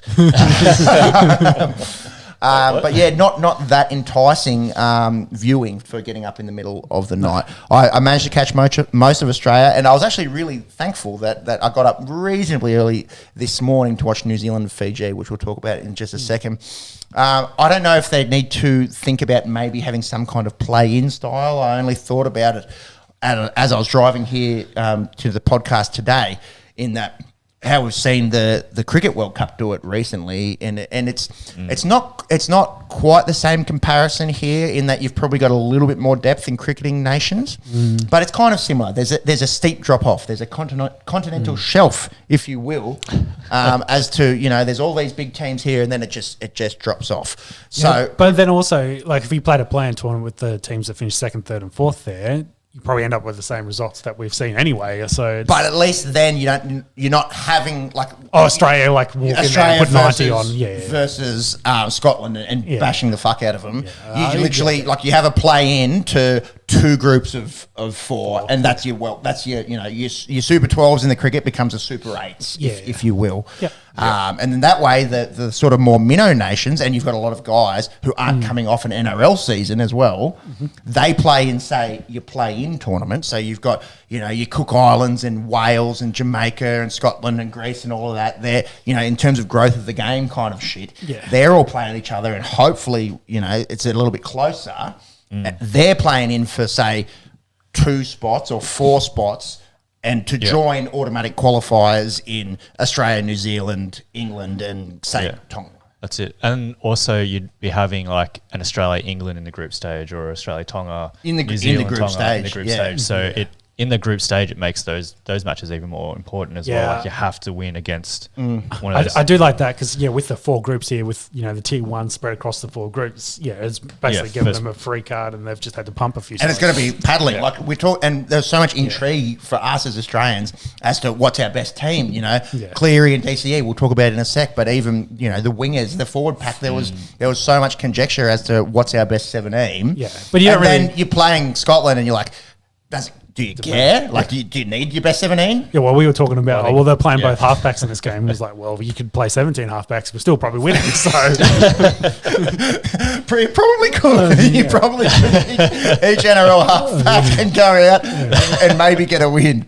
That's not that unrealistic. Well, you might not be able to find NRL ready halfbacks, but if you cleared the halves, then you'll have Latrell, Whiting, etc. You have all those guys anyway in your squad. So I think you got more than enough talent, which is probably again Australia. They play the dominant league, I guess, of this sport, and that's where the most of the talent comes from. So Scotland did actually go scoreless in that game. So there was one scoreless. I think there might have been one other one as well. Great view. Anyways. Yeah. There was a lot of blowouts. Let's put it. Not a lot of great viewing. Let's hope the into the final series is a lot better. The other thing I thought was, I love my rugby league. All 3 of us here not lean. We prefer rugby league over rugby union, but that it makes me a little bit more interested, I suppose, in the rugby union World Cup next year, where you actually do have a better international game, although. We are obviously, caveat, bigger fans of rugby league, the sport. I think it was rugby. They were thinking of doing the an Anzac tour of Europe, as in get the All Blacks and the Australian, the Wallabies get together and they go to play the best of Europe team. I think so. Yeah, that'd be interesting. That would be interesting. Good luck getting these blokes that hate each other and these Wallabies that have tried for 20 years. Yeah, I was thinking, I think this team will be heavily All Black. Well, that is also true. That is also true. And probably we don't follow it enough to actually have anything good to say about how many Aussies would make that team. Well, you see the British Lions do it. Yeah. So England, Ireland, Wales, Scotland all play against each other and all hate each other and then play together. You see, even in a rugby league sense, all these Queenslanders and New South Wales that hate New South Welshmen that hate each other in Origin band together and play together. Oh, the amount of lovey-dovey between DCE and Cleary this week has been a bit over the top. Let's for that very reason. Yeah, let's talk about that. That's probably the number one talking point in this World Cup. Is besides Fox being the best winger in the game, not picked for New South Wales, but I'd had that in the notes. We could just flow. But that's okay. I have to. Do you want to talk about Fox or do you want to talk about DCE and Cleary? We can talk about both. We'll talk about the Australian squad. So let's talk DCE and Cleary. Yeah. We said before the tournament, there's no way that Mao could carry both of them into a game. Well, they did that in caveat, I think it was, we don't think that will be the lineup against England or New Zealand. Correct. I don't think against the tier ones, that's don't think you can afford to carry a halfback on your bench when you run into a pack of the Tongan pack is up there with the best in the tournament. Yeah, well, that game I think they have Jack, DCE and 2 second rowers? I think it was the bench. So they were very light against Lebanon for that game. I think Jack started in the centres that game. Either way, I think the bench was light on. Yeah, and I think Ben Hunt missed out. Yeah, which is I think we're more resting. It's a long tournament. Yeah, so. That's true. And again, I think the best team will go back to what we were talking about, a couple of weeks ago, which is that squad. Resident Queenslander. Do you think it's DCA? I think the latest chat from last night was that Mal's picked Cleary. And that DCE is now helping. Yep. They're helping each other. That the lovey-dovey comment essentially from there is that he's been supporting Cleary doing it. So. Yeah, passing of the guard. I think but it makes sense long term. Yeah, in terms of the individual player, I don't think there's a world in which Nathan Cleary is not better than Daly Cherry Evans at the moment. I suppose the thinking was, well, DCA and Munster play together, and you're going to have a Queenslander 9, but. Yeah, from everything that we've read, and I suppose Cleary getting the nod against Lebanon kind of bodes well to him getting a start in the semi-finals and the finals. Yeah. Final. England. Let's talk England.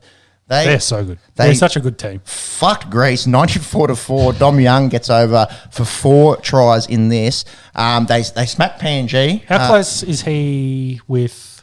We'll get. terms I'll of let try Monks scorers? try scorers for the World Cup. I'll let Monkey sort that out and we'll talk about that. England 46, PNG 6.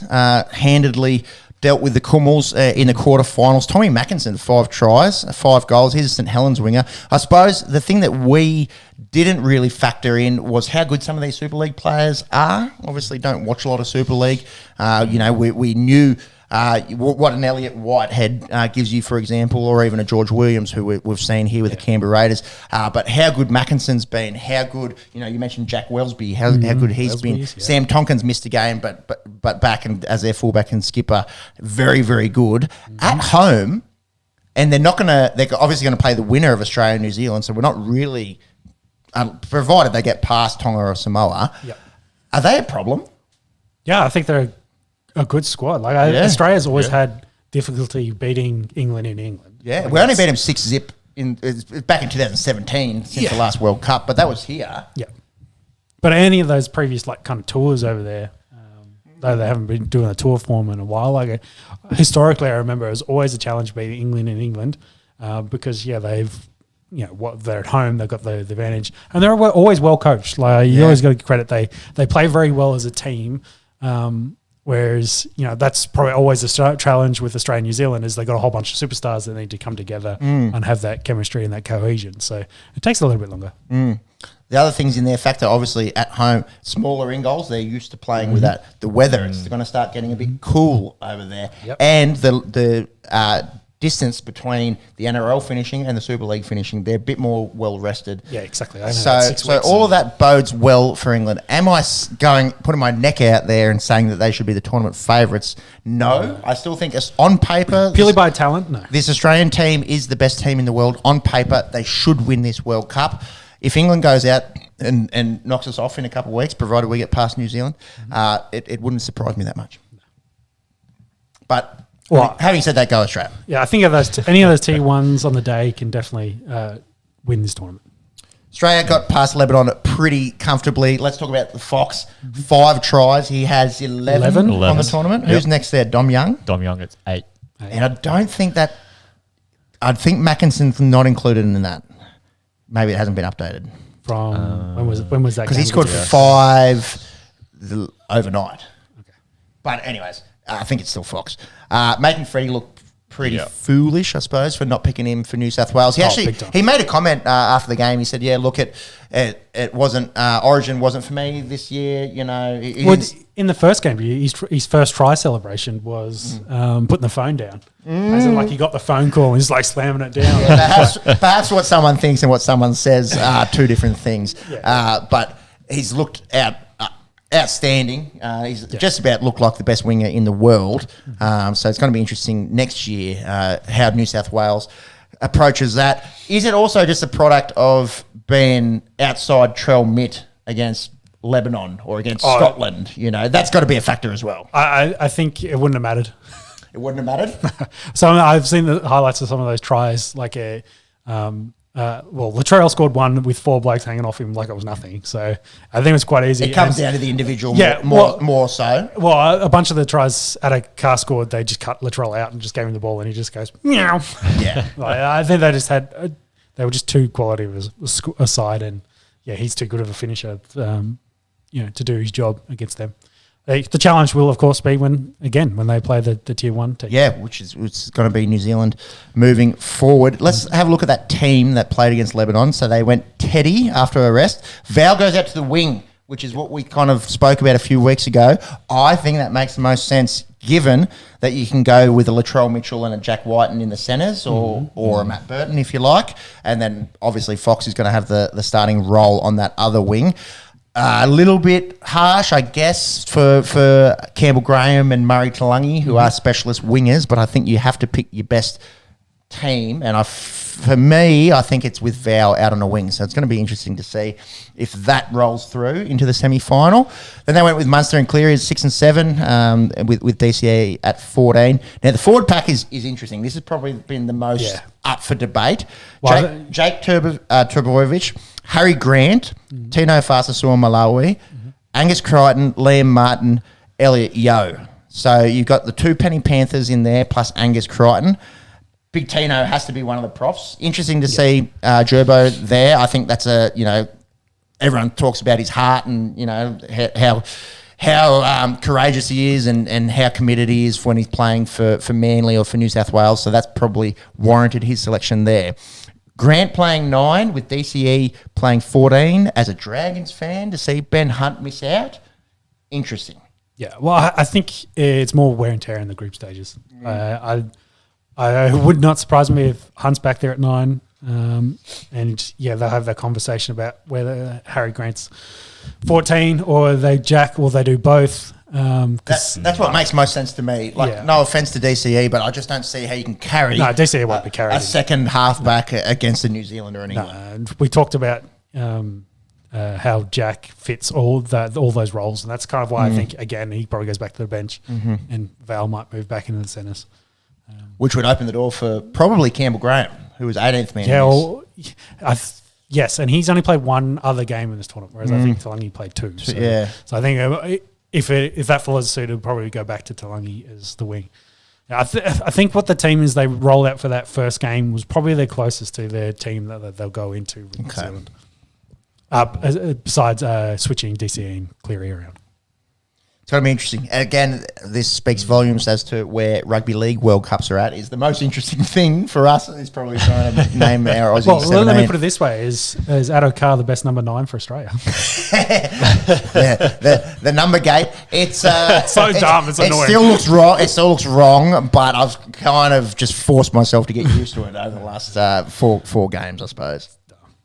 Yep.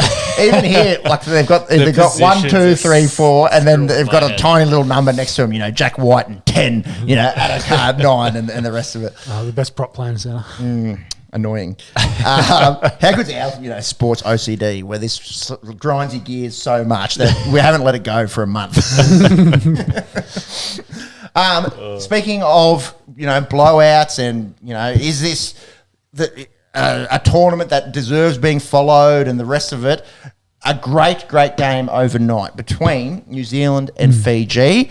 Fiji had a 12-6 lead at the half. They go up 18-6. I thought they were going to knock off the Kiwis here, and then a really good finish from the boys in black to get the win, 24-18. Api Coruscant playing in the halves is interesting. He doesn't look that far out of place, to be honest. And Brandon Wakeham playing probably the game of his life for Fiji this morning. Did he play 7 for quite a while before he then moved into 9 for Manly? I don't know. I feel like he started as a halfback. But that would have been DCE times as well. So was it an injury? Maybe it was before he went to Manly. I don't know. Mark's search Api Coruscant, find out where he's played. Didn't he start at Manly? Maybe he's 6 then. Maybe it was DCE was 7, and when Foran got hurt, he was playing 6. Yeah, I feel like he's played a fair bit in the halves as well. He's played with Souths. I was way off. South, Penrith, Manly. Back to Penrith. Back to Penrith. Yeah. Yeah, right. Because he's got a South City tattoo on him. So, yeah. Because he won that grand final as a young man. Does it say positions or anything there? Probably not. I don't know. It's got years. You have to read through that and figure Someone tear us to shreds in the comments saying you fucking don't know anything about rugby league. I don't know. I know he's definitely played in the halves for Fiji before, but I felt like he's always been a 9 or a 14. I think he grew into a 9 at Manly. I feel like he was playing. Yeah, he played while filled in for DC. For DC, yeah. There you go. Memories. What is that? 2016. 2016. Yep. Boom. Good on the fuck. That's why you're a fucking valued member of this team, Mark. We need a bit of that. I don't say much, but when I say something, it's got to be quality. And there has been times where it's like, keep talking, Phil. A bit of Phil. That's it. Yeah. So he did start playing as hooker, and then once DC got injured, he moved into. So he's never been a specialist. Okay. He's never been a specialist. I do, but has the ability. Yeah. And good from your memory there. Yeah. Well, we always remember the vague kind of things. Like James just confirmed that we haven't fucked that up. Anyways, New Zealand get through, and it was by the skin of their teeth. Well done to the Fijians on a really good effort there. So we will see Australia versus New Zealand in the semi-finals, and again, one of potentially the games of the tournament overnight in Tonga and Samoa. Monks, if you wouldn't mind chasing up some odds for that one. When is that game? It's overnight. Is it 5 o'clock in the morning? Is it a late one? It's got 1:30. I'm not watching that. Yeah. Tonga are favourites. $1.60 with Samoa out at $2.35 at the moment. That's fair. Tonga will be pretty good. And tournament odds? Tournament odds? Australia's got $1.80. Oh, Jesus, too short. Unbackable. Yeah. Almost unbackable, yeah. Well, yeah.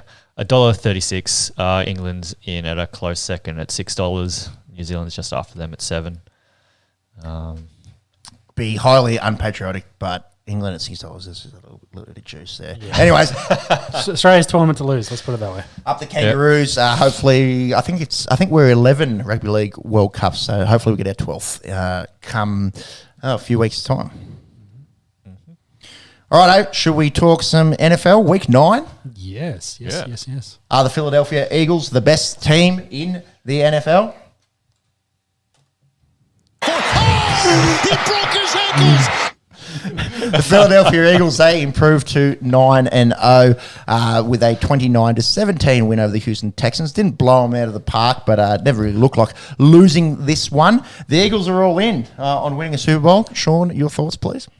Yeah, well, they traded for Robert Quinn. Those notes are actually wrong there. Smith went to the Ravens. Yeah, Roquan Smith. Roquan Smith to the Ravens. Robert Quinn to the Eagles. I don't think he played in that game yesterday. Well, I'm sorry, Friday. Whenever it was. For us, so 2 days ago. But yeah, the Eagles, they looked like they tried to add a bit of extra running back depth as well, but couldn't get it done before the deadline. But it looks like they've loaded up, ready to go for a run. They did lose the big man, Jordan Davis, for the season, I believe. Which he is a big man. Which was the difference problem in this game with Pierce getting 130-plus rushing yards on this one. So I think they're a good team. Can they go undefeated? Oh, they're definitely a good team. Yes. How good are they? Yeah, how good? Can they go undefeated? They do have the Giants twice, Cowboys and Packers is probably the teams that would worry them left on their schedule. Titans as well. Titans, Saints are in there, but I just don't think they, though where those two teams are where they need to be to potentially beat this Eagles squad.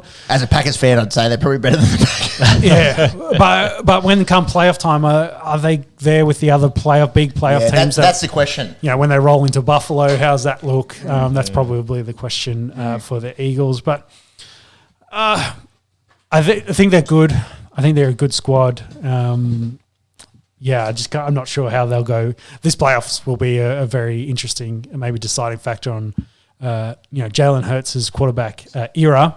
Second year quarterback, pretty unusual for a second year quarterback to take a team to the Super Bowl. Well, they've invested in him essentially because they traded away all their first round picks to get guys to put talent around him, get AJ Brown in there. So yeah, we'll have to see. How good is that? Jalen Hurts has been great. How good has AJ Brown been? He's been good. Devontae Smith has been excellent as a tight end. Some of the memes seen him in line next to Dallas Goedert, who's been very good for them as well. Skinny tight end. Yeah, he's a very skinny tight end. He's probably $170 dripping wet. He doesn't care. He's just happy doing the role, and they keep winning games. So, and Miles Sanders played pretty well in this too. Yeah. Texans held in for this, and didn't get smashed. And their big story was they couldn't get a trade for Brendan Cooks. I think they were asking for a second and a fourth round pick. And him on his socials, it doesn't look good. No, he does not look good. He does not want to be there. He thinks he's being disrespected. Yeah, didn't play. They didn't have him or Packers take him from me. Yeah, well, that's the thing. Packers couldn't get a deal done, and we'll talk about them in a minute. No Nico Collins or Cooks in this one, but it didn't matter. They just handed the ball off to Pierce and took it from there. But yeah, I don't think they're a very good football team overall, and probably will be in quarterback conversation next season. I saw a meme with a Lamborghini parked in the garage of like a crack den, and then like a Damian Pierce on the Texans. poor Texans, but he's been really good. He's been really, really good. And shout out to you for taking him in our fantasy draft. I took James Cook before I took him from the Buffalo Bills. Yeah, and then they traded for Hines during the week. They did. Which would fill his role exactly. How about the trades this week? Like, we don't have to go into detail now because we'll cover them through each in game. total, I think there was 20 across the week leading up to it, And 12 on the day. Which is the most in NFL history, apparently. By it's like 3 times. I think So the most was like 4 or 5. Quick math. Yeah. So yes, they blew it out of the water, and we'll cover some of those trades to go through stories. But yeah, that was Eagles Texans. So if we roll into Sunday, early games. And 5 a.m. starts here. Early birds. I've been talking about it, how when we go to daylight savings, we get the 4 a.m. and then they're off their daylight savings now. So 5 a.m., very manageable for the working man that needs his 8 hours of beauty sleep. Let's start with the Chargers and Falcons. Not a lot for Chargers. Yeah, a bit banged up. Yeah, they're coming off their bye, but even still, no Allen in this, no Mike Williams as well. Eckler's a little bit banged up. He was on the injury report, but... Who's their wide receiver 3? Is it Josh Palmer? Josh Palmer, yes. And Should he be fantasy relevant this weekend? This week against Atlanta, who give up the most points to the wide receivers, yes. He's coming back off a concussion because he missed their last game, but during the bye week cleared all that. So him and, is it Guyton? I think it's the other one, maybe? Yeah. Or is it Carter? Maybe. Yeah. They're probably the favourites there. Yeah, But I think DeAndre Carter and Darius Guyton, I want to say. Maybe. Either way, Palmer's probably the favourite. Eckler maybe get 20 targets in this as well. They don't have many options. He's on track for like 120 receptions or something? Yeah, crazy numbers. And that workload is the question for him long term. Yeah, can he keep it up? Yeah. Anyway, they should still probably beat the Falcons. The Falcons' big news is they traded Calvin Ridley to the Jags.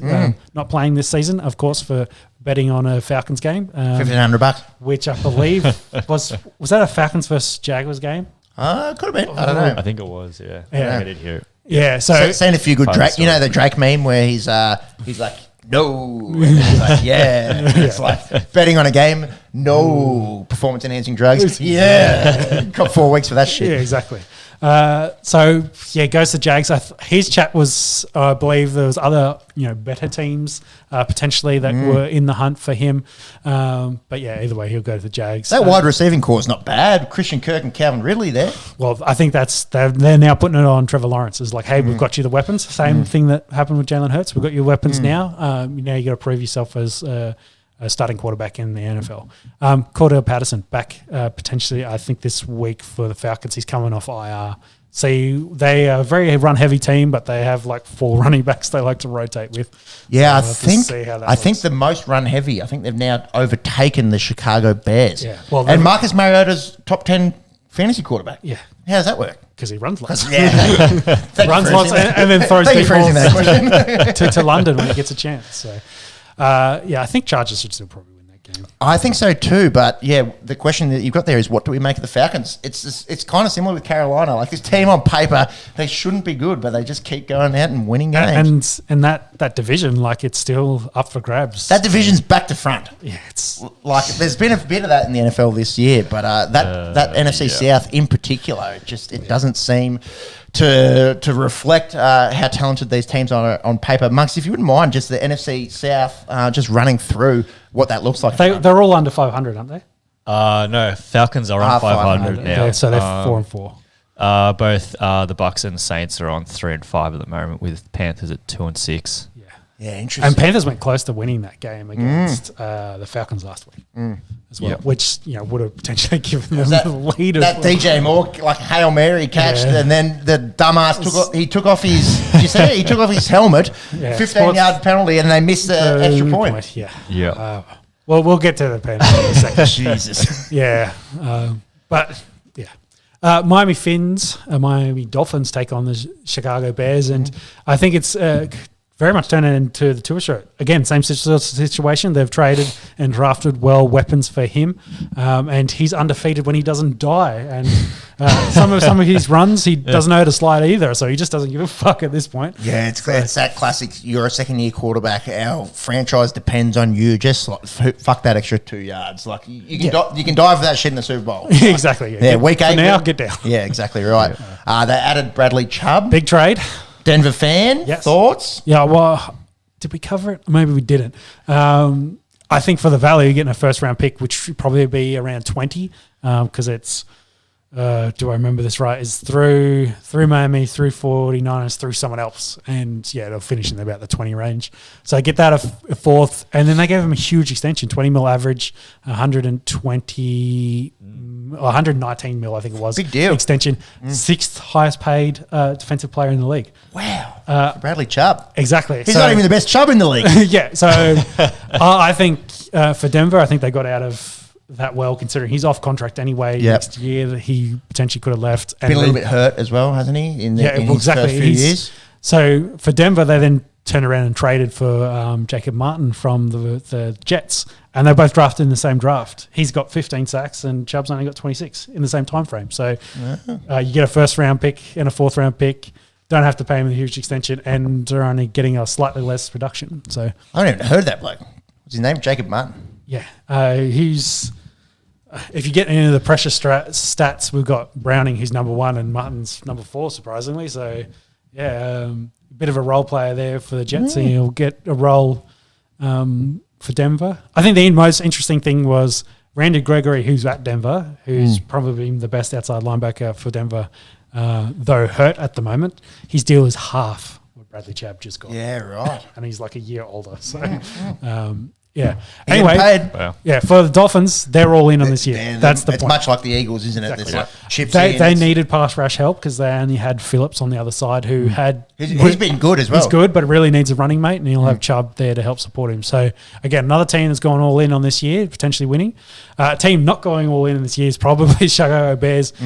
Roquan Smith, as mentioned before, did get traded. Robert Quinn get traded. They do go and get Chase Claypool and probably stole him from the Packers, which was the chat. The Packers offered, and then the Bears came in and offered there a little bit more, so they got that deal. They need some receiver help. Darnell Mooney was meant to be their number 1 this year. Is it a Justin Fields thing? Is it a Darnell Mooney thing? I don't know. I think that's a weapons thing. We'll find out. Yeah, it's very easy to cover, if not triple cover, if they got nothing else. So That's right. Yeah. Justin Fields, admittedly, last few weeks been pretty fucking good. Yeah, so gets an extra weapon. We'll see how Claypool goes over there. Bears overall, don't think they're going too well this year. Finns, I think they're for real. I think Tua's kind of taken that step, and he's got the 2. Yeah, Waddle and Hill are breaking all kinds of. Hill's 1 and Waddle's 4 or something. Yeah, they're top both 4. They're both top 5 for yards. For yards. They haven't scored a lot of touchdowns between the two of them. No. So I think they should beat the Bears in this one. I agree. With no talent in that team. I'll go Miami, but the way that the league's been this year, fuck, who knows? Carolina Panthers take on the Cincinnati Bengals. PJ Walker, he didn't get the memo. We're meant to be tanking.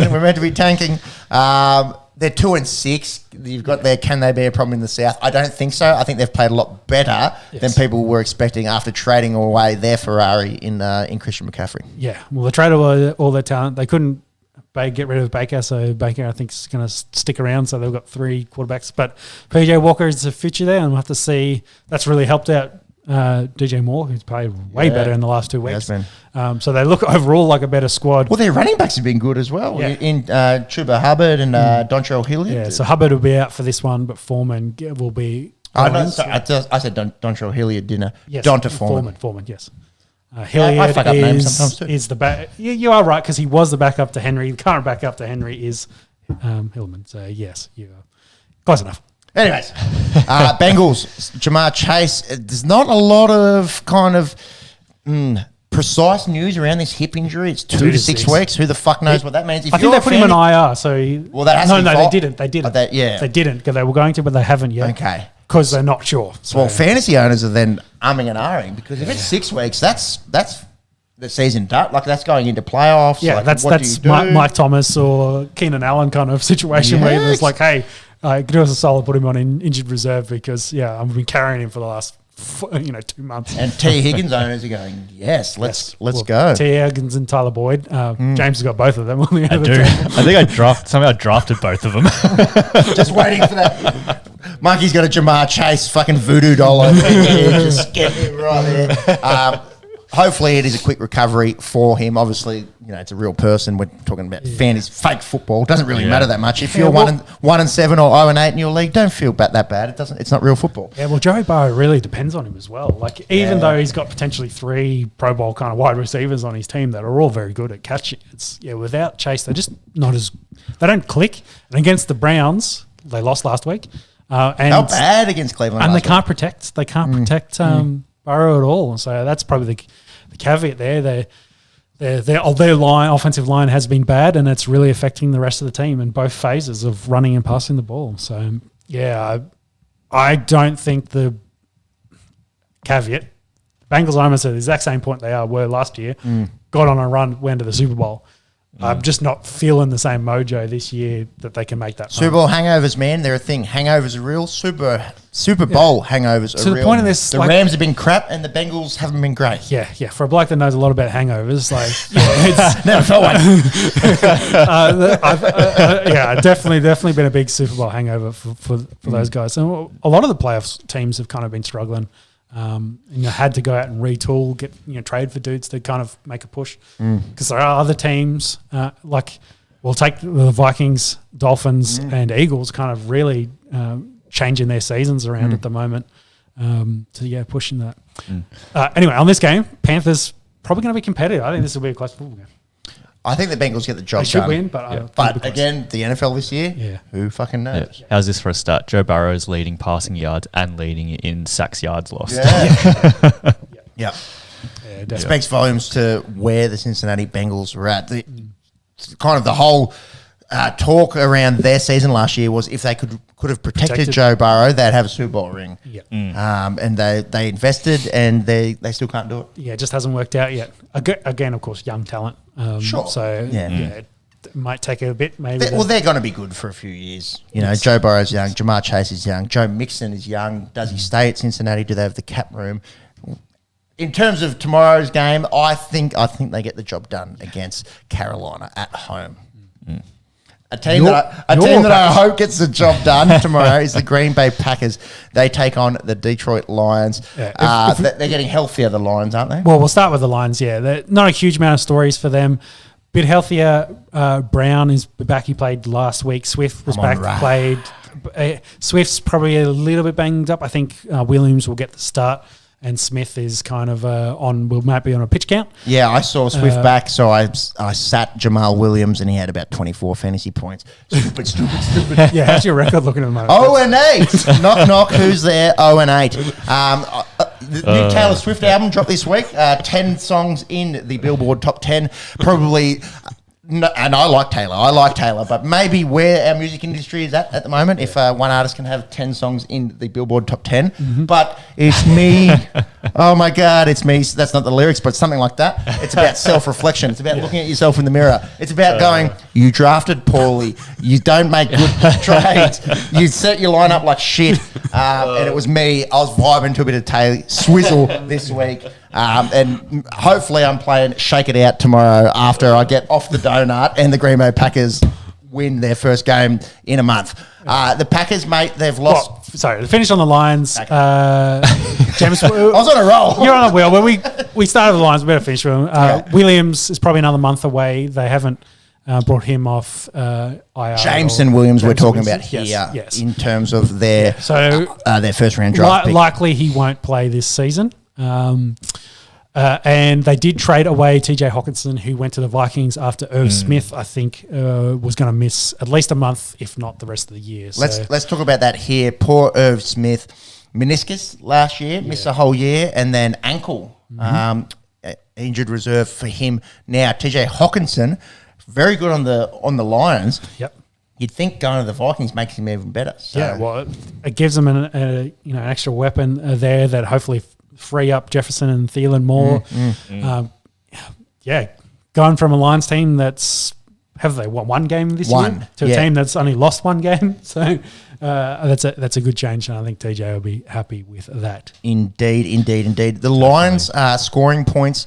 In the last month they've struggled after starting on fire. They're averaging about 37 points a game in their first month. No Brown and no Swift, I think, is the big difference. That hurts. As a Packers fan, we've lost to juggernauts such as the New York Jets, the Washington Commanders, and the New York Giants, whose record's actually pretty good. Yeah. And then a lot of people thought, this could be an absolute bloodbath against Buffalo Bills.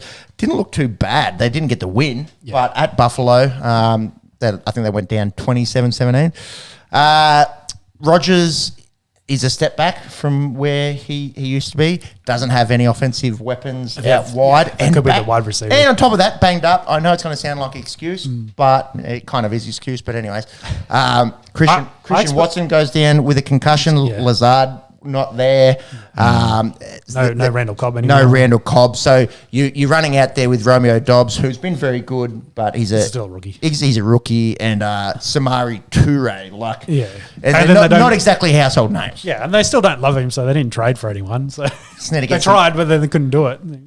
This is what needs to happen at the Green Bay Packers. We're having an ayahuasca session. Everyone's getting on the ayahuasca. We're going to talk about our feelings, throw up for a little bit, and then make sure that Gutekunst is in there, and everyone sort of gets their spirit animal and aligns their chakras, etc., etc.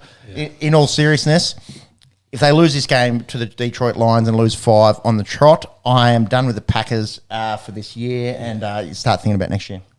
Yeah, it's a fair statement. I actually expect them to run the ball pretty heavily in this game. It works. It was working against Buffalo. Just toss left, Aaron Jones. Toss left, toss right. Yeah, just tell Rodgers you're going to have to take a seat in this one. Just hand the ball off. You don't need to be the superstar. Well, it's something that they've done well. They haven't really capitalised on it. There's been a lot of times where they get in the red zone, they can't push it in. But Aaron Jones, as soon as he gets off tackle either side, whether you set it up with a sweep or a handoff, he's been pretty good. So I think they just need to pump the run game and get a win and try to get the wild card behind the Minnesota Vikings in this NFC North. Yep. Well, I will say, I think we said 3 teams last potty to right the ship, or 3 teams lost. Which is Packers, Tampa, and I can't remember who the other one was. Yeah. So, I don't think it was we want them to right the ship, but it just hasn't happened. And the good thing in the Packers side of things, this is Detroit away. They still get to play Detroit at home. They still have another game against the Chicago Bears, who, in verbatim, Aaron Rodgers owns. Let's hope that as a Packers fan, that's 3 wins, and they might scrape through to the playoffs this year. Yep. Do they win the whole thing this year? Probably not. Well, side question, I had it didn't have it in these notes. I had it in the last week's notes, but the 3 oldest quarterbacks in the league all struggling. Russell, I think, is 5th on that list. Struggling. But had been struggling. Have we seen the old quarterbacks hit changing the wall? Changing of the guard. We spoke about it before in the cricket. So the old ones we're talking about. Brady, Rodgers. So Brady, I think it goes Matt Ryan, then Rodgers. They're the 3 oldest. And Matt Ryan, of course, now we'll get to him in a minute. He's actually next there. Not starting. He's not starting, benched, and basically season done. They've said Sam will take the leading role for the rest of the year. And he also was drafted last year as well as part of that big draft class with Lawrence, etc. I don't know whether it's on the quarterbacks or maybe the defenses kind of taking a step up. Fantasy scoring across the board is like a 10-point average down. And scoring touchdowns down across the board. So whether we've seen a lot of talent being put on the defensive side of the ball, and it's kind of starting to work back into parity of the favoritism we had to offense for the previous decade, as you will. So. Bit of balance to the force, would you say? Yeah. Well, you look at some of the young corners that are... like Star Wars down the end here. Think about some of the young corners that have come along in leaps and bounds in the last year. And had anyone kind of predicted the fall of Rodgers and Brady? We're only halfway through the season. If anyone can right their ships, it's Tom Brady and the Tampa Bay Buccaneers, and it's Aaron Rodgers of the Green Bay Packers. But fantasy wise, it's been unplayable. I dropped Aaron Rodgers for Daniel Jones. Did it work? No. But did I think I would say that this year? No. It's been unprecedented, hasn't it? Yeah. Maybe that's why you're losing. Rodgers. Probably not. Like I said, making stupid decisions. Yes. like I said, a lot of Taylor Swift, a lot of sort of introspection, a lot of looking in the mirror. No, it's none of that. It's fucking bullshit. It's George Kittle. It's Aaron Rodgers. Maybe you need to get on those hallucinogens like Aaron Rodgers. That'll help you. Me? Look into the Aaron Rodgers sounds horrible. Anyway, speaking of, we can go into the Colts and the New England Patriots as the next game. We just mentioned Matt Ryan has been benched for the foreseeable future. They have gone with Sam. How do you say Sam's last name? Alinger? Yeah. I'm calling him the Slinger. The Slinger? Yes. Yeah. He was average in his first start, gets his second start against the Patriots, who themselves have a bit of a QB problem there. Mac Jones is the starter going forward. Was it Bailey Zappy? Like Zap, you know. Yeah. Zappy had played well in the interim. Then they split that game and they both played kind of average. Mac Jones. You got to go. This is a starter and it's his game. I don't care if it's Zappy or if it's Jones, but the chopping and changing for me doesn't work. True. And then they did. Mac Jones started last week and he did beat the Jets. And there's questions about Zach Wilson now, so we'll get to that in a minute. I don't feel like they've got a QB problem at the moment. I think it's Mac Jones' a job for now. But yeah, results I think is probably the main thing. He's got to get results for that football club. Colts on the other hand, back to Colts. JT out for this one. Yeah, so... did trade away Hines as mentioned. So Deontay Jackson. Deion Jackson. I think it's Deontay. I've got him in one of my leagues. He scored fucking 23 points or something the other week. But pump him if you got him. Yeah, I think it's Deontay. Anyways, fastest research man in the west. Where are we? The south? We're in the basement. Or we're in between. Is it Deontay Jackson? Here we go. It's definitely not Dion. It is Dion, isn't it? Done fucked up here. Dion Jackson. The day that you got a name right over me, BRB might have to go for a P break / It's only fantasy related. That's the only reason I know. Yeah. Who do you think? I think Pats will win this. I think Pats get this job done. They should. Doesn't matter. I don't think either of these teams are playoff teams this year. Which is crazy to say. How many times are you talking about the Patriots and the Colts not Patriots feel like a wild card team purely based on their defense at the moment. But outside of that, Colts, I just don't think. I think this is a wasted season. They tried it with Matty Ice, it didn't work, and now they're kind of just finding their feet. So, Patriots win. I'll run for a wee. I think the Bills win this next game, and I'm looking forward to you talking about the Washington Commandos. Yeah, I put it in there. It's funny. Well, that's probably Snyder's problem. That's why he's selling the team. But anyway, we'll get to that in a second. Bills, Jets. Let's cover that. We talked about Bills trading for Hines. Pretty much, I think, to take James Cook's job, unfortunately. They fill very much the same role, and they do need help in that running back position. That's probably been their only weakness for at least the last 2 years. So they should beat the Jets. Jets have been good. Well, they're second in the division at the moment. Yes. Though they will be out with Corey Davis. We'll miss this one. They did lose Bryce Hall as well to the ACL and did trade for James Robinson as the replacement. I think we might have mentioned that in the last potty. So they are trying to go all in this year. Elijah Moore didn't get traded. He's back with the team, but hasn't. He played last week, didn't get a single target, though he was on every one of their offensive plays. So I don't know about the connection there. But I think that the question mark has fallen straight with their very young quarterback in Zach Wilson. Is he the quarterback for them? They did have Flacco take over and win a couple of games while he was out injured. But the talk's more about Mike White, who had 15 minutes of fame last season, again filling in for an injured Wilson, potentially taking as a starter with Flacco now moving into the QB3 spot. What do you think, James? Do you think Wilson's job is safe, or do you think he needs to watch over his shoulder for the Mike White? Yeah, that's a hard one. I reckon he's probably safe for the moment. Probably not as safe as Jones. I guess, you're talking about a second overall pick versus the 20 something. So that's true. I don't know. Jets are just a weird team. They kind of starting to feel like a quarterback away. Their young draft class has been good. The line's good. Defense is good. Sauce has been unreal on the edge. So, they kind of feel like they're just lacking that QB to put him over. And that's kind of the point of Wilson. He needs second year. He needs to take that leap. Yeah, that's it. They've got all the weapons they could for him. I don't know.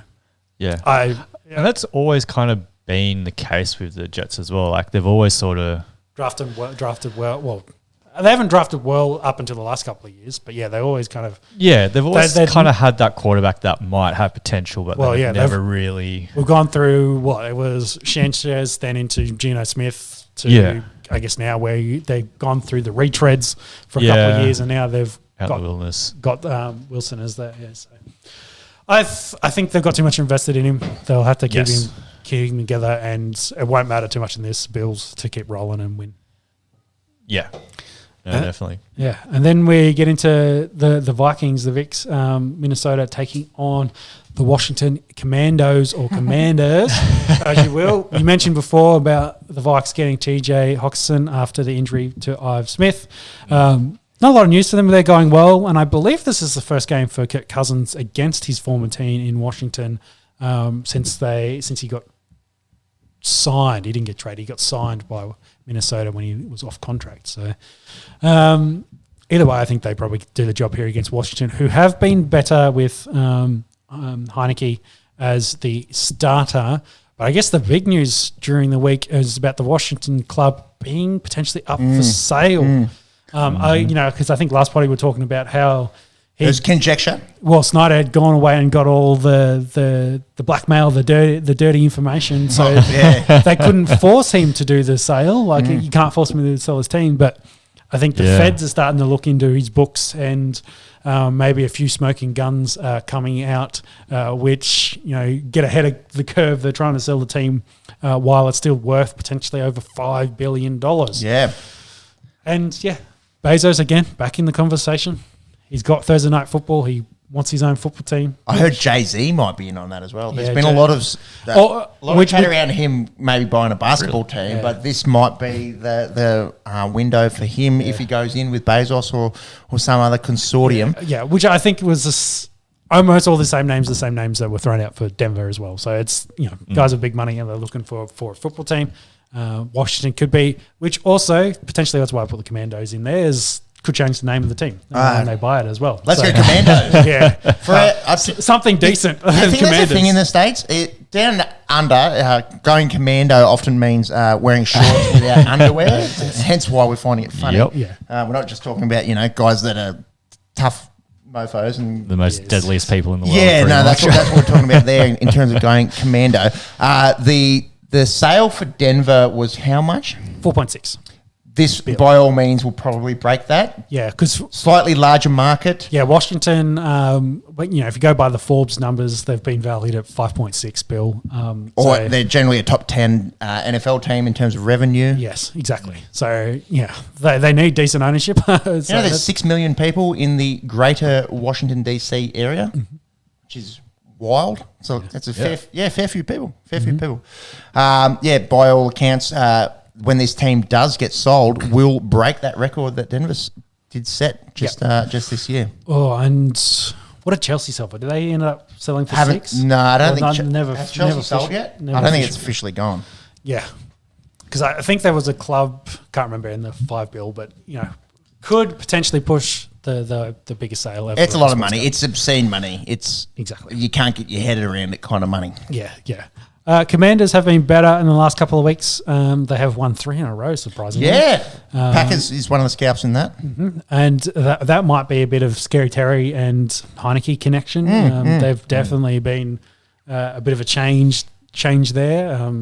I don't know. I just don't see them beating Vikings, unfortunately. No, I don't see it happening too, but stranger things have happened. Boys, the Raiders take on the Jags, both teams. This is the toilet bowl. Not having a great year. This is the toilet bowl of the week. Do you reckon McDaniels might be in danger? He might be the first coach on the hot seat. I think he's the first I've heard of. Had to apologise to the Raiders' fate. Division, especially when the Seahawks are playing overs from what everyone expected. This is a massive game for them, especially tomorrow. If they go to 3-6 in that division, that's probably says and done. I agree. Yep. They're big game for them, and the Hawks are just motoring along. The riding of the ship, as you will, for quarterbacks. That's the next match. We go into the Rams taking on Tom Brady's Tampa Bay Buccaneers. I guess we better start with Brady. We've alluded to it. Now it's official. The divorce has happened. They have 3-5, under 500, 3 straight losses. First time in Brady's career. Became the most sacked quarterback. Has he never lost 3 in a row? I think so. Jesus He Christ. hasn't been under 500 in a very long time. I think it's like a decade and a half since the last time he lost 3 in a row. Most sacked quarterback. They did lose Shaq Barrett to a torn Achilles. That's big. Yeah, there's been some question marks about Devin White's effort in games as well. But the divorce is probably the big thing. We talked about it, what that means. Now it's all official. It means sorted. Job, not job done, but it's happened. And I don't want to see mean in this. You fire a coach, and you get your one win. Do you post game divorce? Is that a thing? Is Brady going to come out this? Got a little less to stress about. Yeah, I don't think it might be Nicole Kidman leaving the divorce office after divorcing Tom Cruise. Ray of Sunshine, hallelujah moment for Tom Brady. I think he's probably not happy losing the kids and all that. But, Tom Cruise and Tom Brady go in the same sentence is a bit of a stretch. But high profile divorce is what I was going for. But one jumps on couches on Oprah and believes that aliens started the world, and et cetera, et cetera. Great actor though, Top Gun. The memes have been movie. unrelentless. Good movie. Is his eldest Jack? I think. I don't want to talk about kids. No. But Jack's going to come back in 10 years and dominate the league that ruined his childhood. Yeah, So good. Again, you went there. Either way, Monks, you're the Tampa fan. What do you think Tom Brady's going to be like now that I guess the situation has resolved itself? Does he move forward? Because you've seen the frustrations. No tablet is safe. No. Where do we go to from here? I don't know. I think Tampa's obviously got a lot more issues than just Tom Brady's divorce. Yeah. I mean, the whole thing where he doesn't have to show up for training once a week or whatever. I think there's a little bit of inconsistency there, and probably creating a little bit of division within the team. It's a precedent that I'm better than you. Yeah, that's it. Which he's the GOAT. Ostensibly, he is. But if things aren't working, then that's the day you need to be in the office to figure your shit out. So, I mean, defense is banged up as well. I harp on it every single time I talk about the Bucks. Run game. The D-backs is I mean, when you rely on a run game where it's sort of like committee, and then if no one's hitting the stride, then it's never going to work. I don't know. Again, 1 year out from Bruce Arians. I think it's just there's a lot going on behind the scenes, I suppose, where it's just they're not consistent. They're just not switching on together as a team. So I'm worried about them. I don't expect them to get to playoffs. They'll be very, very, very lucky to get to playoffs. The division will help. You took the words right out of my mouth. Yeah. Our teams I am worried about because of, especially yours, in the Broncos. The Packers, with the way that the Vikings are playing, might be able to scoop that wild card up. I just don't think, the Falcons have been good, yes, but I don't see the Saints and Panthers being an issue. I think the Bucks play playoffs this year. I don't know, Winston, if or when Winston comes back playing healthy, they could probably steal the game away from the Bucks. Well, we can agree it's the weakest division out of our teams. That we follow. If any week you can get Kamara, so Indeed, your fantasy team can get Kamara big time. Yeah, so that's probably, I guess, a worry there for Tampa. But anyway, on the other side of the ball, we got Rams also struggling. Yeah, they couldn't trade Akers. They couldn't trade for wide receiver help. Maybe because Allen Robinson finally had a decent game last week. So again, another team that's got those post Super Bowl hangovers. Cup's been a bit banged up. I just think they're still pretty good for a bloke that's supposedly banged up. Yeah. Well, he rolled his ankle on like the last play last week, and I think McVay was not happy. No, yeah. Well, he shouldn't have been out there. Yeah, shouldn't have really been out there. They're already winning. They couldn't. Yeah, it was garbage time even. Yeah. Town works. Yeah, same thing. But another team I think that's just lacking, stuff clicking, and their defense hasn't been as good as it had been.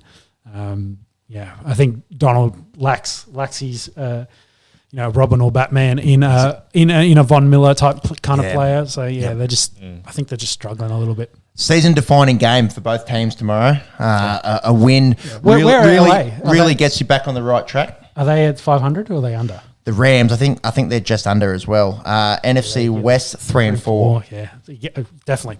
Big game here. Either team needs to come. Especially if the Bucks lose and they go to 3-6, and I'm eating my hat because I've said they're in the they're in a weak division and they should be okay.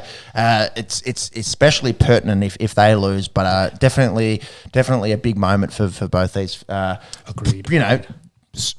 Storied franchises in last year's Super Bowl winners and the year before. Mm-hmm. Yeah.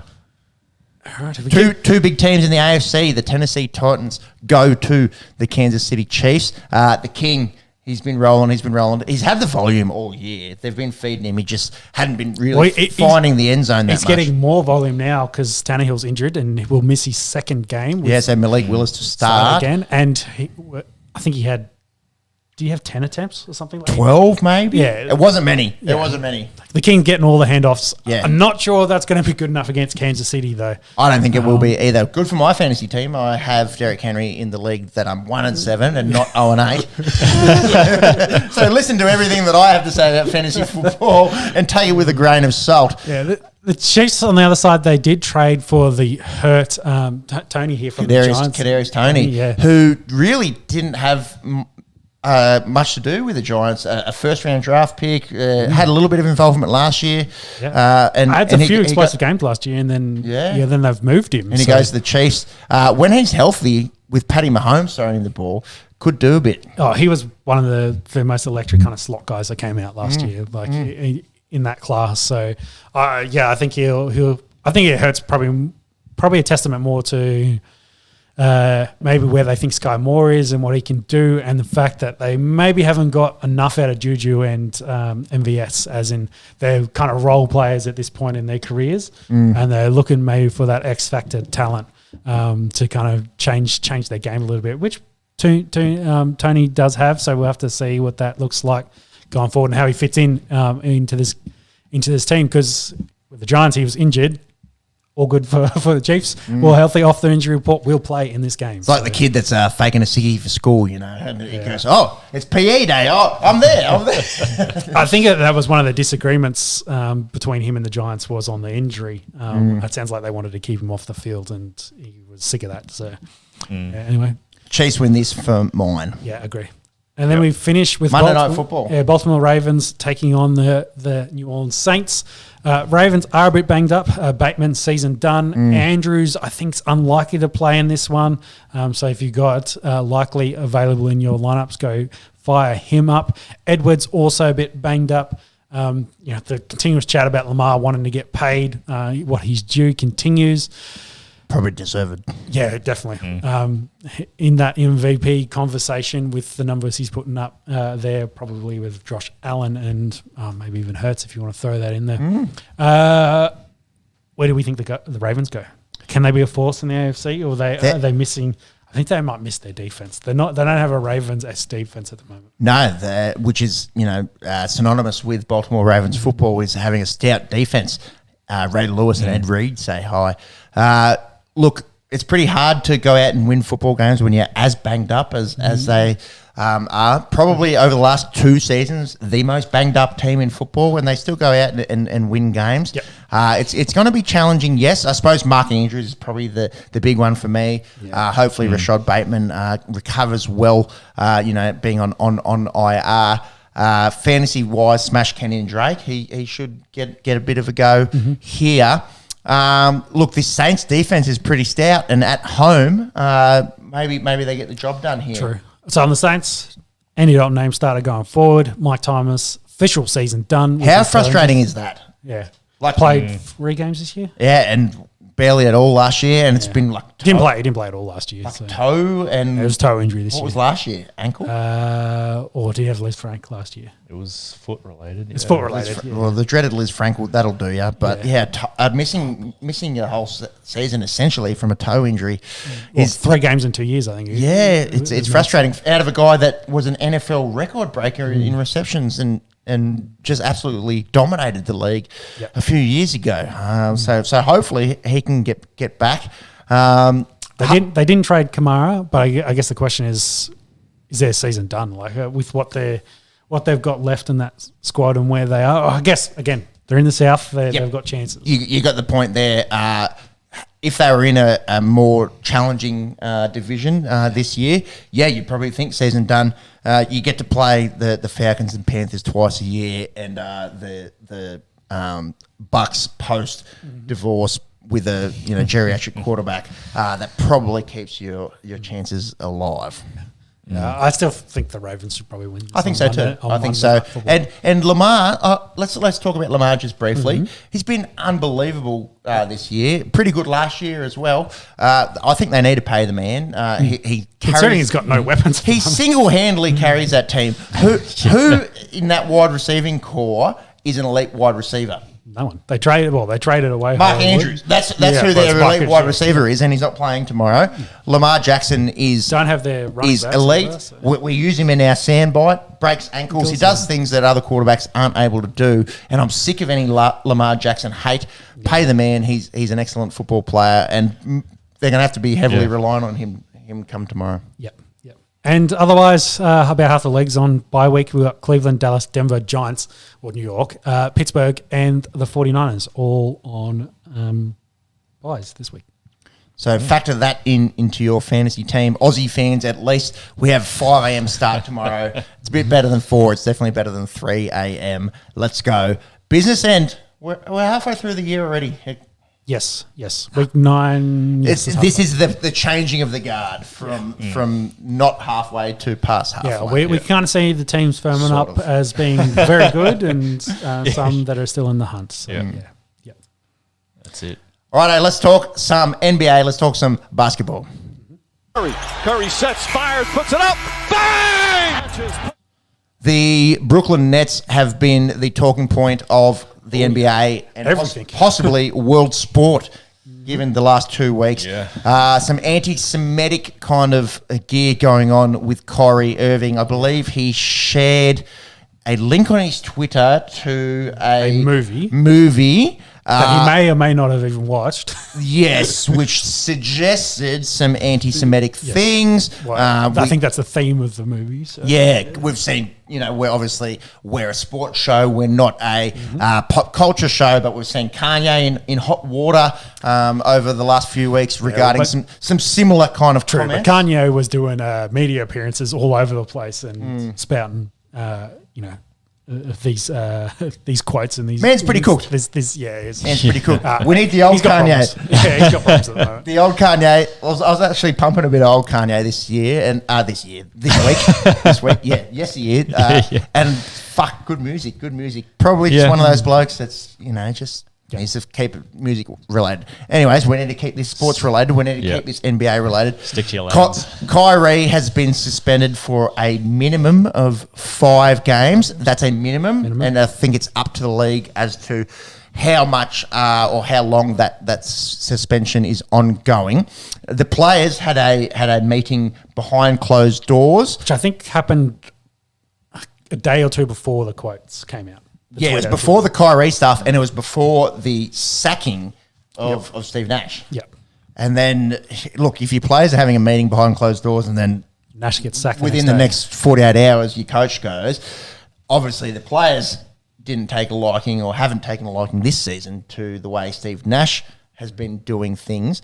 The Nets, I believe, are 2-6. They're 2-7. It's early days, and for Nash to get shown the door and all this kind of external speculation as to how that locker room looks and the playing group, with Kyrie being under hot water. We saw people actually in the front row at Brooklyn, members of the Jewish community, all wearing shirts, sort of speaking out against what Kyrie had been about. I think KD didn't distance himself from any of it as well. But, I think he, in some of his appearances, didn't do himself any favours as well. So, and then you've got Ben Simmons. He's not playing. So sitting there. Has been playing average and now injured. So Poor Butler Pat. Poor Paddy Mills. Paddy Mills is like, bro. You couldn't find a better bloke. He went to school just down the road from where we are here, set up in our Esky studio here in Canberra, Australia. Look, hopefully Paddy, is going okay, but it never seems to work when you've got too much personality on one team, does it? And KD, pretty outspoken kind of bloke. Obviously Kyrie, pretty outspoken, and we've been talking about what the fuck's going on with Ben Simmons for the history of this podcast. Yeah. Well, I think KD in the offseason said they had to sack everyone if he was going to come back. So they've at least done one step and got rid of Nash in that regard. But I don't know. Scapegoat. Yeah. Oh, definitely. I think Nash was probably like, you did me a solid by getting rid of me. Yeah. And the chat's been they're hunting Coach Horny at the moment. So we'll have to see if that plays out or not. In terms of Ime Udoka? Yes, who's currently, I believe, suspended from the Celtics for chasing all the front office ladies, I believe. True. It's an absolute basket case. Yes. In Brooklyn. Paddy, get out of there. Get out of there, bro. Get out of there. Look, this could have... Like, we talk about the NBA and it's a long season and, we're only just started. We're in the third week and how much do you need to read into media hype and the rest of it? I have serious concerns around where the Brooklyn Nets are moving forward. Yep. Definitely. And we'll get to the Lakers in a second. That's probably another big franchise that I have serious concerns for. Yeah, big names on that. They're struggling. A team that I don't have serious concerns for is the Milwaukee Bucks. They're 8-0. Giannis Antetokounmpo would probably be the MVP in this league if it wasn't for a Slovenian bloke who we'll talk about in just a second. But the Bucks are undefeated. Giannis averaging 32, 13, and 6, if you wouldn't mind. And they just gave him the day off, on a back-to-back against the Thunder. They still go out and beat him. Drew Holiday looking pretty good. Bucks and the East looking dominant. Dominant. Yeah. Harder to get a gauge, I suppose, on Bulls and Celtics. Bulls beat the Celtics. They're 5-5. Celtics 6-3. Obviously, coming off, making the NBA Finals last year and going down to the Warriors. Where do we see both of these franchises? I think it's going to be in the East. The Bucks, probably number one team. Yep. Maybe a little bit of vying for who's 2, 3, and 4 in there. Yeah, I agree. Yeah. And I don't know. NBA, of course, has been, the big three name value kind of guys, and just not sure that whether the Celtics and the Bulls kind of, they're not built in that way. That's the way I feel. They still have great players playing for them, but I just don't feel like they're built the way that, say, Golden State is, Bucks is, etc. With a big three that'll take you deep. On paper, I feel like the Celtics kind of have that. Maybe the Bulls less so, But, I don't know. Yeah. DeRozan, Levine, Vucevic, that's pretty close to big three kind of territory. True. Yep. There's a team that probably in the East says, hey, what about us? The Cleveland Cavaliers. They're 7-1. They sit second in the East at the moment. Karis LeVert and Donovan Mitchell have put up 40-point games in a win over the Celtics. Cavs probably getting maybe the steal of the offseason in Spider Mitchell coming over. Do we see them perhaps pushing that number one spot against the Milwaukee Bucks. Good to. Potentially, Mitchell's been there and thereabouts for a long time. He's just finally on a club with a bit of support. So. Yeah, but the Jazz haven't started poorly, all things considered. Yeah. Laurie Markkinen says hi. The other thing I wanted to talk about in the East was the start of Paolo Banchero's career. The Magic sit dead last, 2-8 in the East, but the number one draft pick out of Duke and Italy. He's been very good. All but one of his 10 games, I believe, he's got 20-plus marks. If you wouldn't mind getting a Paolo Banchero game log up, I think he had 33 points and 16 boards today in their loss to the Kings. Pretty rare to see a number one pick overall just come out and put a team on his back. Obviously, the Magic aren't going to bother anyone this season. But does that mean that Banchero has been very, very good? The Kings finally they got to turn their light on? Yeah, how good! Beam me up, Delhi. Beam me up, Matthew Dellavedova. Of drinks Coronas and wears fun shirts when the Cavs win a ring fame. He's on the Sacramento Kings, who've got this big fucking purple beam that goes up into the sky, a la Batman, a la what am I? There's that. Bat signals. Yeah, the casino in Las Vegas, the pyramid, Luxor. Oh yeah, Luxor's got one of them. Yeah, probably a flight hazard, but anyway, they're only going to have to turn this thing on maybe 20 times this year. Yeah, the Kings have got this big purple beam that shoots up out of their home stadium, which is a bit of fun. Paolo Banchero, he's been excellent. Have you got a game log, maybe some numbers there for us? Yep, yeah, so 33 points, 16 total rebounds, 4 assists. Unbelievable. He's been so good. Pretty rare to see a number one pick come in and have the impact that he's had. Tyrese Maxey had 44 points in. That was a career high for him. The Sixers started a little bit under, 4-6. I still think they will be a playoff team there in the East. Harden's hurt, I think. Yeah, Harden has missed, but I don't think it's serious. Okay. Can you chase that up? Fingers crossed. Whilst we get over to the West, you can't talk the NBA Western Conference without talking the Los Angeles Lakers. They started 0-3. They've sort of steadied to 2-6. LeBron been pretty quiet by his lofty standards. A lot of chat around Russell Westbrook in the offseason. Are they going to dish him? It's been pretty good. Well, he was, in that start, he was dreadful. Yeah. He was brick Westbrook. Yeah. And then he's done some Space Jam shit and stolen some of LeBron's talent. That's some monster shit. Yeah, because LeBron's kind of really fallen off a cliff at the moment. I think he was shooting like 20% from 3-point range at the moment. So. Yeah, fallen off a cliff. Compared to LeBron. By his standards. Out of form. Yeah. By his standards, yes. It's still early. I think we spoke about it 2 weeks ago. And do we see the Lakers playing playoff basketball in the West? I don't know. They're going to be right on that cusp. Like I think you said, play in. Obviously, 7, 8, 9, 10 is play in territory. They currently sit 14th. The Golden State Warriors, mind you, haven't started well. Steph Curry hasn't been playing. Bit of a caveat. I think they'll be fine. I saw Curry play in the last two, and they dropped the game to the Nuggets. And he played in, and what was the other game he dropped? Anyway, I'm not too concerned about Golden State. I am concerned about the Lakers. I think it's probably the age differences, maybe the main thing. The Lakers are a much older basketball team than that of GW of the Golden State Warriors.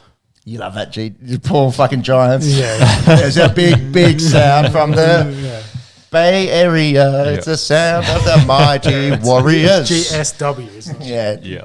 It's not any kind of semi-dyslexia. I'm dyslexic enough, dyslexia. Holy Freudian slip here.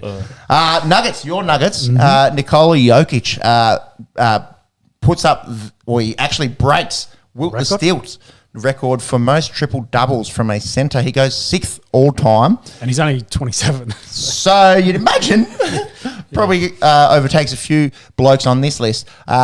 People like to shit on Russell Westbrook and this and that. He's passed to Brick Westbrook, etc., etc. He's 5th all time on triple doubles. So he's still a very, very good player of the basketball. True. Oscar Robertson, fourth on the list. Magic Johnson. Jason Kidd, shout out. And the GOAT. Well, in my opinion, I suppose. Don't let us go down that. Don't kill me! Don't kill me! Don't start that. LeBron James is first on that list. Yeah, Nikola Jokic is very good. And again, we'll talk about a Slovenian bloke in just a second. Will definitely be putting his hand up again to be the MVP of this league. Well, you got the bets there, Monks. Can you get the MVP marker? Has it changed a bit? Is it still going to be? I think Luka has firmed as favourite. Yeah, so Luka, Giannis, and the Joker probably with. I think that's top 3. I think Ja might be top 5. Yeah, I think Ja might have slid a little bit since he did. Yeah, he started off hot, and then he's been putting up like a measly 28 points a game. Yeah. What a pleb. Well, you got it there, James? Luka has multiple games plus 40 points. I think he's averaging 37, but he's not the favourite. No, he's not the favourite. Greek Freak. Greek Freak is favourite, $3.60. Then you got Luka at $4.33. Jason Tatum, $7.50. Ja Morant's sitting there at $13, and KD rounds out top 5, $14. So can you expand there and find the Joker? He might be a bit of value. I'm just looking down at the. He went back to back, didn't he? Yes, it'd be very unusual. I could just see below there in that next market, Paolo Banchero already $1.10 for Rookie of the Year. Yeah. Viva Italia. That's it. Jokic is sitting around about 8th at $23. 23, bit of juice. Bit of juice around the big Joker there. In terms of the West, we spoke about the Jazz at the top of the Western segment. Lauri Markkanen has put that team on his back. They're 7-3. A lot of people thought that they would maybe take a step back. Yeah, I say a lot of people. Fucking everyone on the planet thought that they lose Rudy Gobert and Donovan Mitchell and essentially the two of their best players. They're sitting second in the West, so pretty good start. Long season, but they're 7-3. The Suns, Grizz, they're all up there. The Blazers, who have been playing the last few games without Dame, they sit fourth there. It's a long season. We don't want to get too far ahead of ourselves. I suppose the take-home message, if you will, from the last few weeks has been Brooklyn in all sorts, in terms of likability and locker room cohesion. Yep. And Paolo Banchero, lock for Rookie of the Year. Yep. Should we talk some round ball? Another round ball, the European version. There's a bit of World Cup coming up. Do you know the colour? One of those. Oh, shit. Did you get it? Pressed it. Seamless. Absolutely seamless here on the Esky. Boys, have you seen Newcastle United have been going pretty good in the EPL? And Jack Grealish, who got that big transfer fee to go over to Man City, he made some comments earlier in the year saying that Riyad Mahrez, his teammate, has been playing more like Newcastle United's Miguel Almiron of Paraguayan descent. Essentially saying you haven't been playing up to where you should be. Yep. Since then, Miguel Almiron has been absolutely fucking killing it. He's been scoring bulk goals, and Newcastle, I think, sit fifth, maybe fourth in the EPL. Funny, when you say something comes back and bites you in the ass, like India are afraid of the Gabba, something like that. Who would say that? Morons, I reckon. Absolute morons. Newcastle are fourth at the moment. Yeah, that's a bit of fun. And didn't really spend much of that foreign investment in the off season. So you'd think moving forward, going to be a bit of a powerhouse over there in the Premier League. It's kind of good for football, like something different. Well, yeah, it's something different. And it's traditional kind of heartland of Alan Shearer used to play for him and score bulk goals, and you need some kind of strength on the eastern coast up north up there. Obviously, Liverpool, Manchester's, formerly United and now City, been pretty good. Yeah. Well, looking on the western side. Looking at the table, City have caught Arsenal since the last podcast. So, and City got away with one this morning, our time, 95th minute winner against Fulham from the Viking Erling Haaland. So there's games tonight, and then there's games next weekend. and then the World Cup's in starts. 2 weeks. It's crazy. It's crazy. So just a quick coverage. You got Man City and Arsenal at 1 and 2. Man United's there at 5, and I guess Liverpool and Chelsea. Chelsea's at 7, Liverpool's at 9 currently. Unders. I've seen a few Sadio Mane memes, about missing him, and they have been missing him.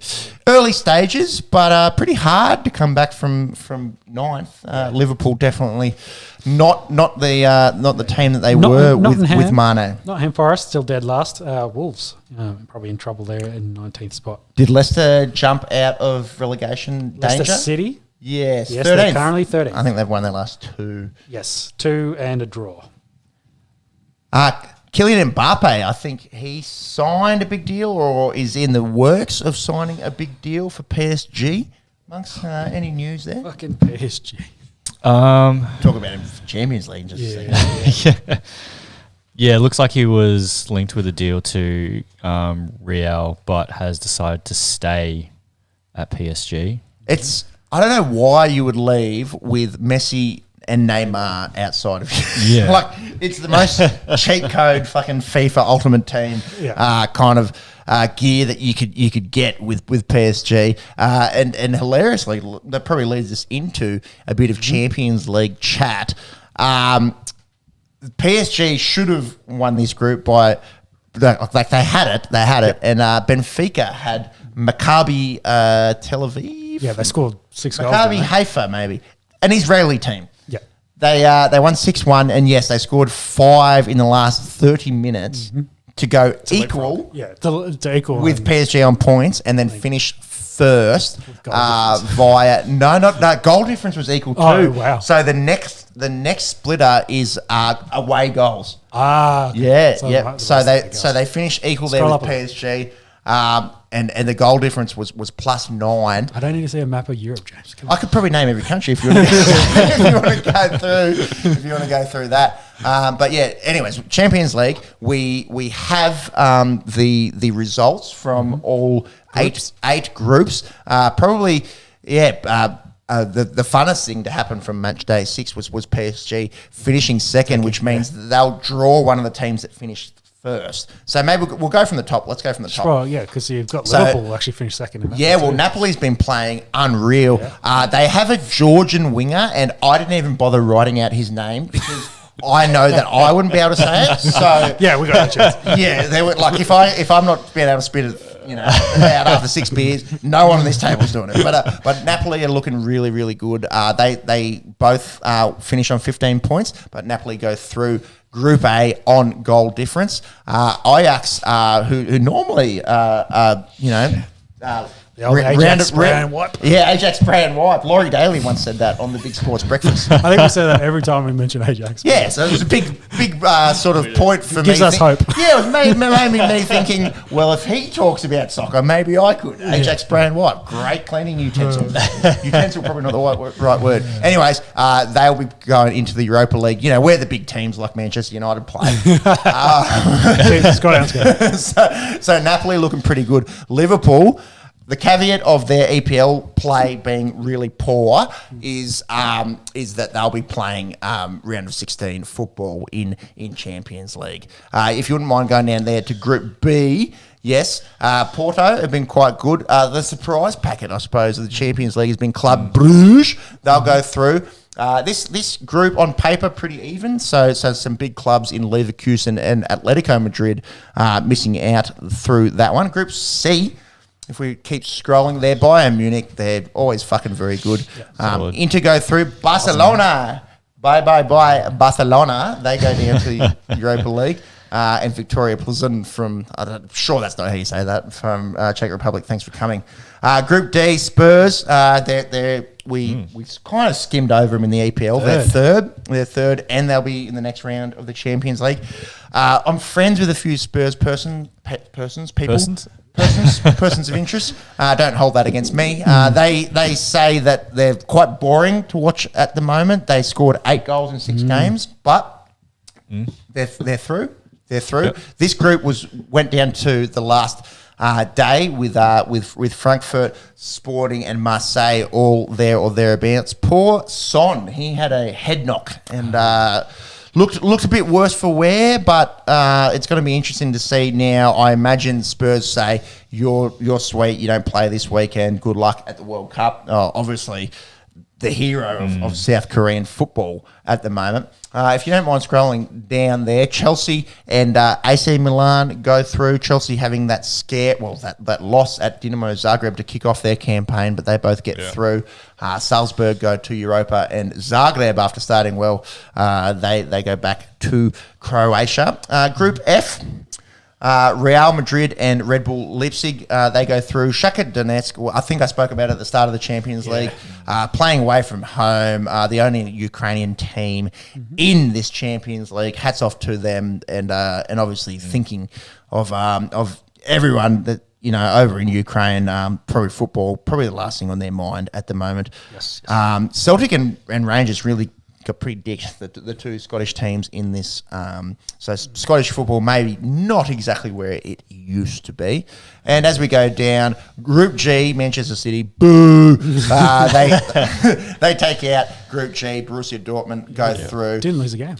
Yeah, they're looking good, man. The Viking, they pull him off at halftime and shit. Fucks people saying game multis. You're like, Haaland, $1.30, that's free money. And they've been kind of resting him a fair bit, but he did score a fair few. He's going to break all kinds of records. And we already spoke about Group H. H comes after G, with Benfica pipping PSG. Juventus, probably one of the big clubs to miss out there. Yeah. It was Maccabi Haifa, was the Israeli team there. I'm sure none of that has been pronounced correctly, but that's where soccer's at the moment. Boys, we want to talk about this video that the Australians. the Socceroos released a video this week. You may have seen it, you may not have seen it. Well, it went pretty viral, so I think if you're into soccer, you probably saw it. But yeah, the Australians, I guess it's not a political stance. It's more shining the light on the poor working conditions in Qatar. Human rights of the World Cup and the building of the building of all the stadiums for the World Cup that's coming up in 2 weeks' time. So the Australian team has said their piece, and I think that's caused a lot of chat in the international arena, especially with FIFA. Obviously, FIFA aren't going to be happy about it. Look, I don't think it takes... so FIFA did write a statement out to all the teams to let them know, like, let's just play football. Sort of thing. But also, FIFA, not the best record when it comes to corruption and human rights. Why are we having a World Cup in Qatar in the first and the rest of it. Me, as an Australian, watching those boys taking that stand, it made me feel proud. Look, there's a little bit of conjecture as to, well, you're saying that and then you're going to play over there. Look, I think what's happened in Qatar in terms of building those stadiums is horrendous. 6,500 deaths. Rumoured. It's pretty close to modern day slavery. Yeah, it's pretty close to modern day slavery. Some of the stuff I've heard where they've got migrants in and then they take their passports away and then basically they pay them, but they then deduct accommodation and feeding them fees. Essentially, you're working for nothing. So it's close to modern slavery. So, and is it a product of how sort of global capitalism and the way that the world works these days? Do you wear Nike shoes? Are they made in a sweatshop? Is that the way? Well, is that the way that the world works? We didn't talk about Kyrie dropping his Nike deal. They're not releasing the Kyrie 8s. I think they are. So Nike has suspended all their stuff with him, and there's some chat about, well, maybe you should go to Taiwan and talk to all the child labourers that make Nikes and see how happy they are. So, without getting ourselves too cancelled or assassinated, yes, we like sport. We love our Saudi overlords. I love the live golf. Fuck the PGA. For me as an Australian, it made me proud that these boys said what they said. They made a stand. Check out the video. It's about 3 minutes. Look, we could probably argue as to the semantics and all motives and stuff and the rest of it. But look, the things that are fact and that shan't be debated are the fact that a lot of people died building these stadiums, and for a product that we'll all tune into and enjoy. Yeah, exactly. So it's really a waste of life building stadiums to watch football.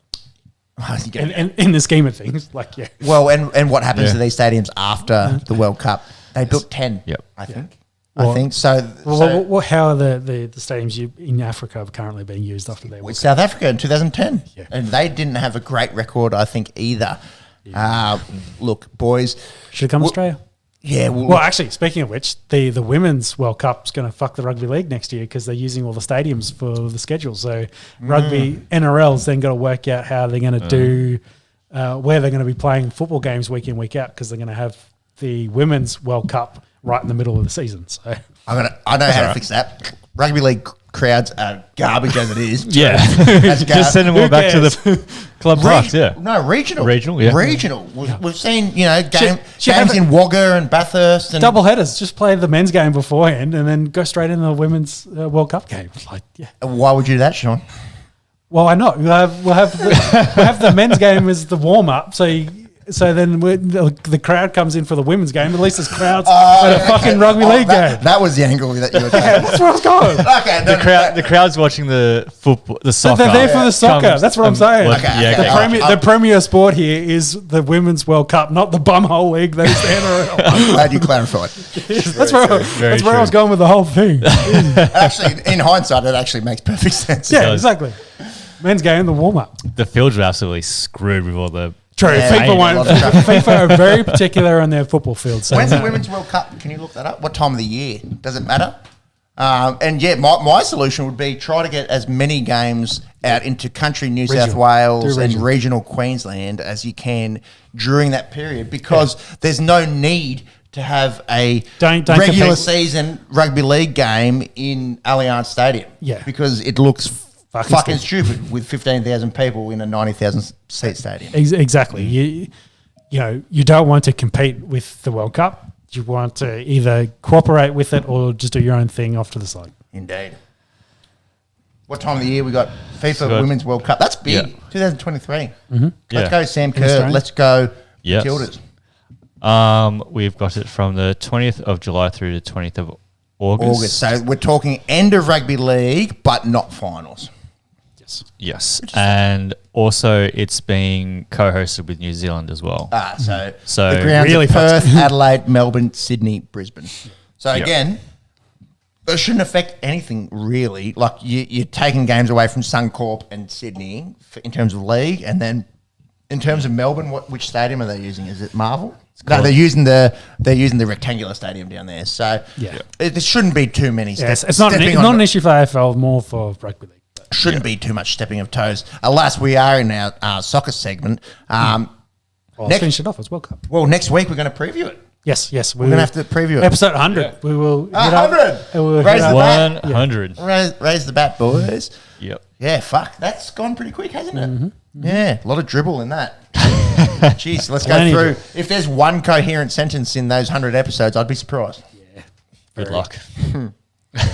Right, let's wrap this bitch up. We need to do the weekly or the fortnightly. Yep. Anyways, the way we wrap up the show is the On The Esky final round. James is struggling over the buttons.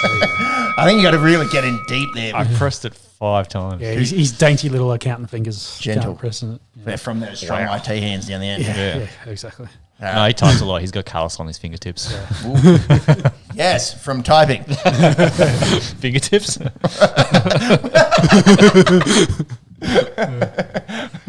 Anyways, let's talk some fight news. John Jones, can you look up John Jones' last fight? Actually, it's got to be 2.5 years.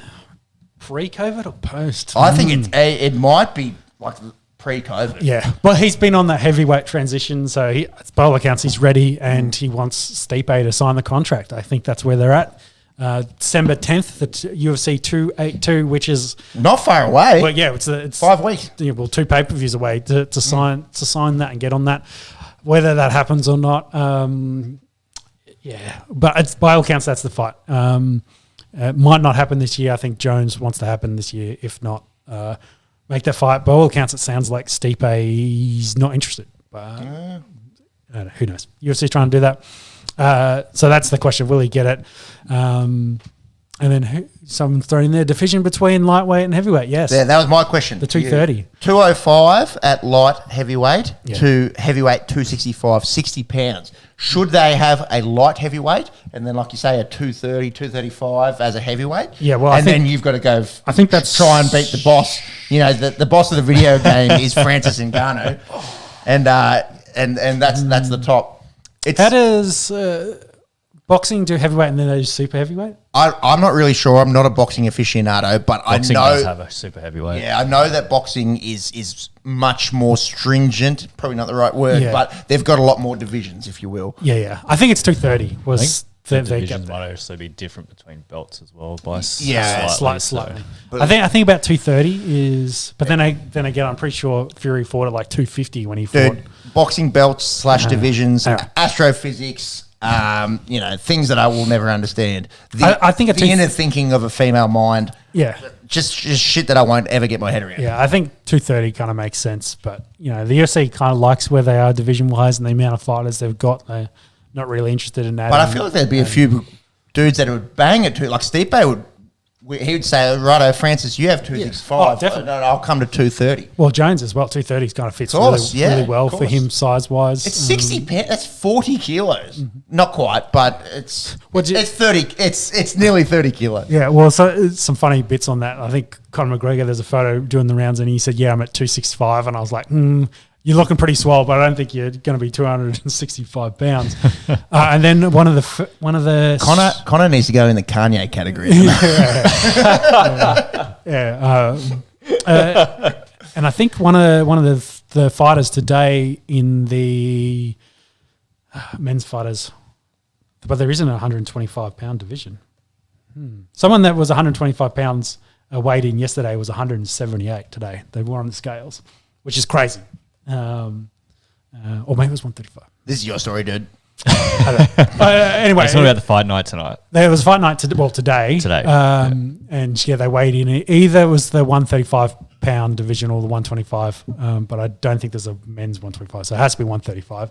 But then had a photo of him on the scales this morning, was 178 pounds, which is crazy. Isn't the bottom division 125 in men's? Could be. The It's just no one. Brandon Moreno division? Yes, because it's bantamweight. Yes, it would be. I think it's 125, isn't it? Yes. Flyweight. Yeah, flyweight. The flyweights. Yes. 125. The former Mighty Mouse division. Yes. Yeah. That's why they're kind of a little bit sort of forgotten division because there's only two guys that really do well. Figueiredo and Moreno of late. Yes. Fun to watch. And then Francis is probably the other one. Kai Francis, that is. Kai Kara France, Kai Francis. who's in the division above. No, he's not been away. He's 125. I think he's 130. he might have moved up. He might have moved up. I thought he fought one of those two and then didn't win in the belt. I thought that was his last fight. Let's have a look. Kai Kara France. Right you are. Well, you got a guy in a division that you didn't know existed 2 minutes ago. Yeah. I got the brains, the cogs are starting to turn. So Did it appear? yeah. So 125 division fought today.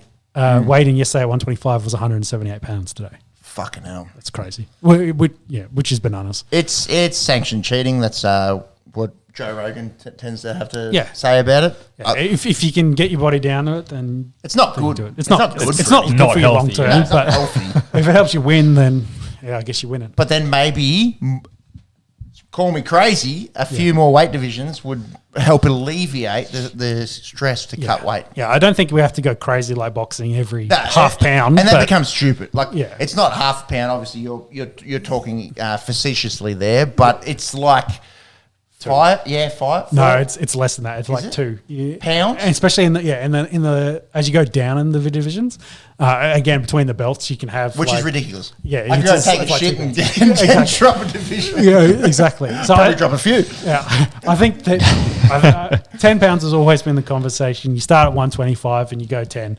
35, 45, 55, 65, And 75, 85, 95, 205. I'm happy to go bigger after And that. then, you could go, but then we Because talk there's not that many big humans. Yeah, but then you could go 205, 215, 230, 265. Like, Yeah. yeah. But that's why you usually won't do it because then you're we've just talked about adding 4 different new divisions. Well, then you're diluting the talent pool. They've got 4,000 fighters on the books already, and you got to try to make that happen, make all those cards happen. Long story short, I think the UFC in terms of the sport that probably we follow the most closely could benefit from at least throwing in something between 205 and 265 because that seems egregious. That's the biggest gap, definitely. So I'll ask this question. So in most of the divisions, you do have those 1 or 2 people at the top that no one can really get past, and it's really uncompetitive at the top. Outside of those 2-3 people, Depends on the division. Depends on the division. Lightweight, probably an exception to that. If you have those, like going back to terms from boxing, like your super or lights in between, is that where the problem is? Are people trying to cut too much, which means they make them not competitive in those divisions? Maybe people cut too much, so they are competitive in that division. Yeah, it goes both ways. It goes both ways. Connor is probably a great example. 100%. Cutting all that weight to get to 145, his power transitioned, and he was just so dominant. He was head and shoulders above anyone else. 155, he was competitive, but maybe the size and the power that he had just wasn't the same. And then 170 again, take another drop. He wouldn't have the physique to really compete with the top 170 pounders at the moment, because they're guys that are 200 pounds that are cutting down. And with the reach, they're not 5'9" dudes either. So whole different conversation. But I think it's ONE FC does the 15 or 10% weight gain. So like that dude who was 50 pounds heavier than he was weighing in, that's like a 40-something% weight gain over his previous. Whereas they have a limit at like 20. So if you weigh more than 20, they force you to go up a division. Whereas I think UFC kind of uses it as a barometer to manage it. But interesting about this fight night, 5 people miss weight. Yeah. So it's obviously it's taxing. And there would have been a 6th one. She cut her hair off, so she would make weight. Yeah, it's getting close when you cut hair. So, it's part of the sport. It's been like that for years. And how do you actually implement change? It's all superlatives, isn't it? So the body fat percentage and the weight gain afterwards percentage maybe, but then again you could manage that too. So when you weigh in again on fight night, like in the morning or something, I've only put on my 20 pounds, so I'm good. And then by fight time, which is in the evening, I've put on another 15 or whatever. Like you can always game plan around it. Anyway, it's part of the sport.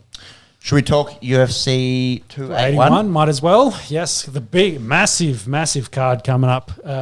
Will Israel Adesanya take Pereira to a decision, or will he enter the shadow realm and get knocked the fuck out? That's probably the spectrum that we're talking about in the title fight for the middleweight division. So. It's the funnest title fight, I feel like, in the middleweight division for a while. Izzy, obviously, cleaning out all kinds of opposition.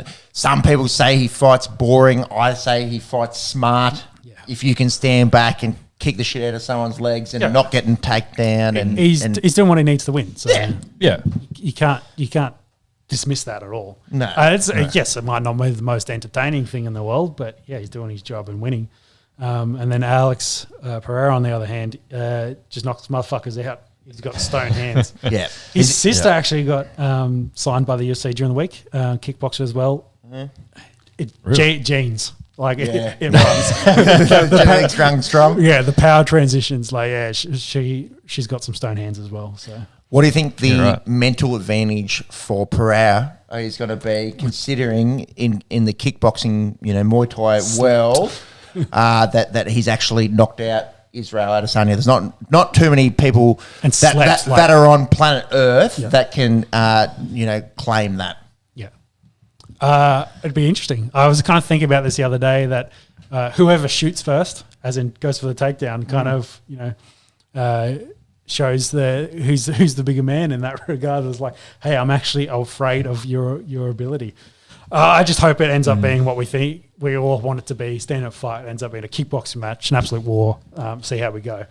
That to me just doesn't seem like it bodes well long term over 5 rounds for Israel, because you're giving Pereira, probably 100 different chances to knock you out. So I don't know.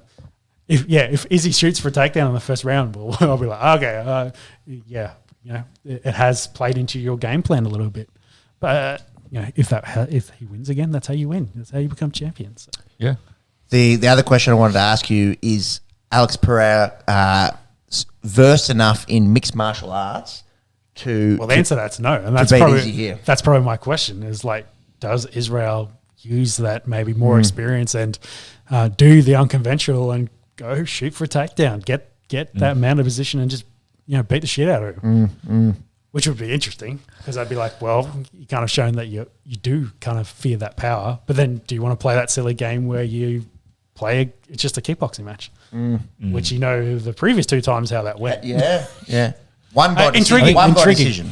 Intriguing. I think that's it. Like, Izzy's obviously a champ at the moment. Pereira's the one that needs to fight his game to become champ. So, Izzy with maybe a little bit more jiu-jitsu background, he might be able to just sort of smother him, keep it to a boring fight, maybe win on points, keep the belt. Pereira really needs to get after him and keep to his style, keep to his game plan, and just knock him out probably. The number there that surprised me? What? Alex Pereira, 35 years of age. Did not probably think that he was quite that old. Well, what's his kickboxing record there, Monkey? He probably has 100 kickboxing fights. Yes. I don't know if this is professional and amateur. His kickboxing record is 40 fights, 31 wins, 21 by knockout, 7 losses. So 45 fights total. Yeah. Okay. It's a little bit less than 100, but Still a lot. But quite well versed in the Muay Thai arena. Yeah, he's one of the best strikers in the world for sure. Predictions? I think Israel will either be too smart and too clinical, show that there's levels of shit, and don't think he gets like a finish. I think it'll probably go the distance and he'll win handedly. Either that or Pereira will send him to the Shadow Realm and knock him the fuck out. But it's a prediction, so you have to pick one.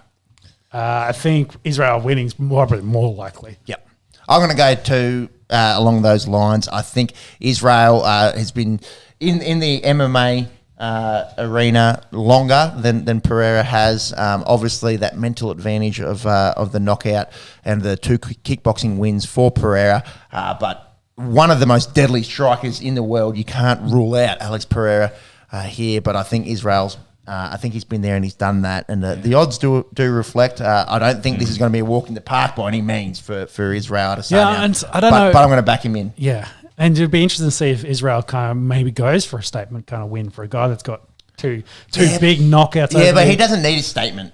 The statement is being the middleweight champion of the world. Yeah. Is it not? Yes, but then also if you're, historically boring fights, legacy wise, and air quotes boring. We're not calling them boring. Yeah, they're good fights, but yes, they've all gone to besides the I guess the knockout of Whittaker, which probably Whittaker should have done better himself in that first fight. But since winning the belt, yes, it's been a heavy amount of decision compared to Whittaker and Costa were his 2 knockouts in the last 10 odd fights. Yeah, and can you compare that to, say, the greatest of that division of all time, and Anderson Silva, who, people considered boring, but then has, I think, had 6 to 7 finishes in that, in his run. So it's more a legacy question. Was what I was getting at. Does he want a big statement win on that? Does he try to push for that? The smart man and the way he fights in me says no, he won't do that, and he'll do what Israel has done to those scary guys that he's fought in the past. Like Pulakasas can hit, and he will try to. And he did what he needed to avoid those power shots and be a dominant force there. The co-main for the evening is Carla Esparza taking on Zhang Wei Li in the women's. Who did Esparza beat to win that division? Rose Namajunas. Yeah, so she stole it from Rose. From Thug Rose. She's on 1, 2, 3, 4, 5, 6 fight win streak. She's also 35, so getting a little bit long in the tooth is Carla Esparza. Zhang Weili obviously has been the champion before, but Rose got the better of her twice. Did have that win, which essentially ended Joanna Jędrzejczyk's career. I'm sure I didn't say that correctly. No, that's pretty close. Yeah, Check. yeah, you're pretty good at that one. Thoughts here, boys? He Googles it a lot. So. Do I? Yeah. Google it for other reasons. I feel like winning that bet, Carla kind of got an unders Rose. Rose has these lapses in some of her fight, in her career, where she, especially when she dropped the belt the first time, you could see that she just wasn't there 100%, and she only dropped that in a decision. In which I believe was one of the most boring fights from memory. Allegedly. So, which I just think Weili's just too good, too powerful. Yeah. So that's kind of where I think my prediction would go for this. Too big, too powerful. No one thought Carla was going to win that fight, I suppose. So she's probably got that. I can be the underdog. I'd love to see the odds for this one because Carla, as the defending champ, she might actually go in as the underdog. I think she'd be underdog. Is that the way it's going, or is it kind of even money?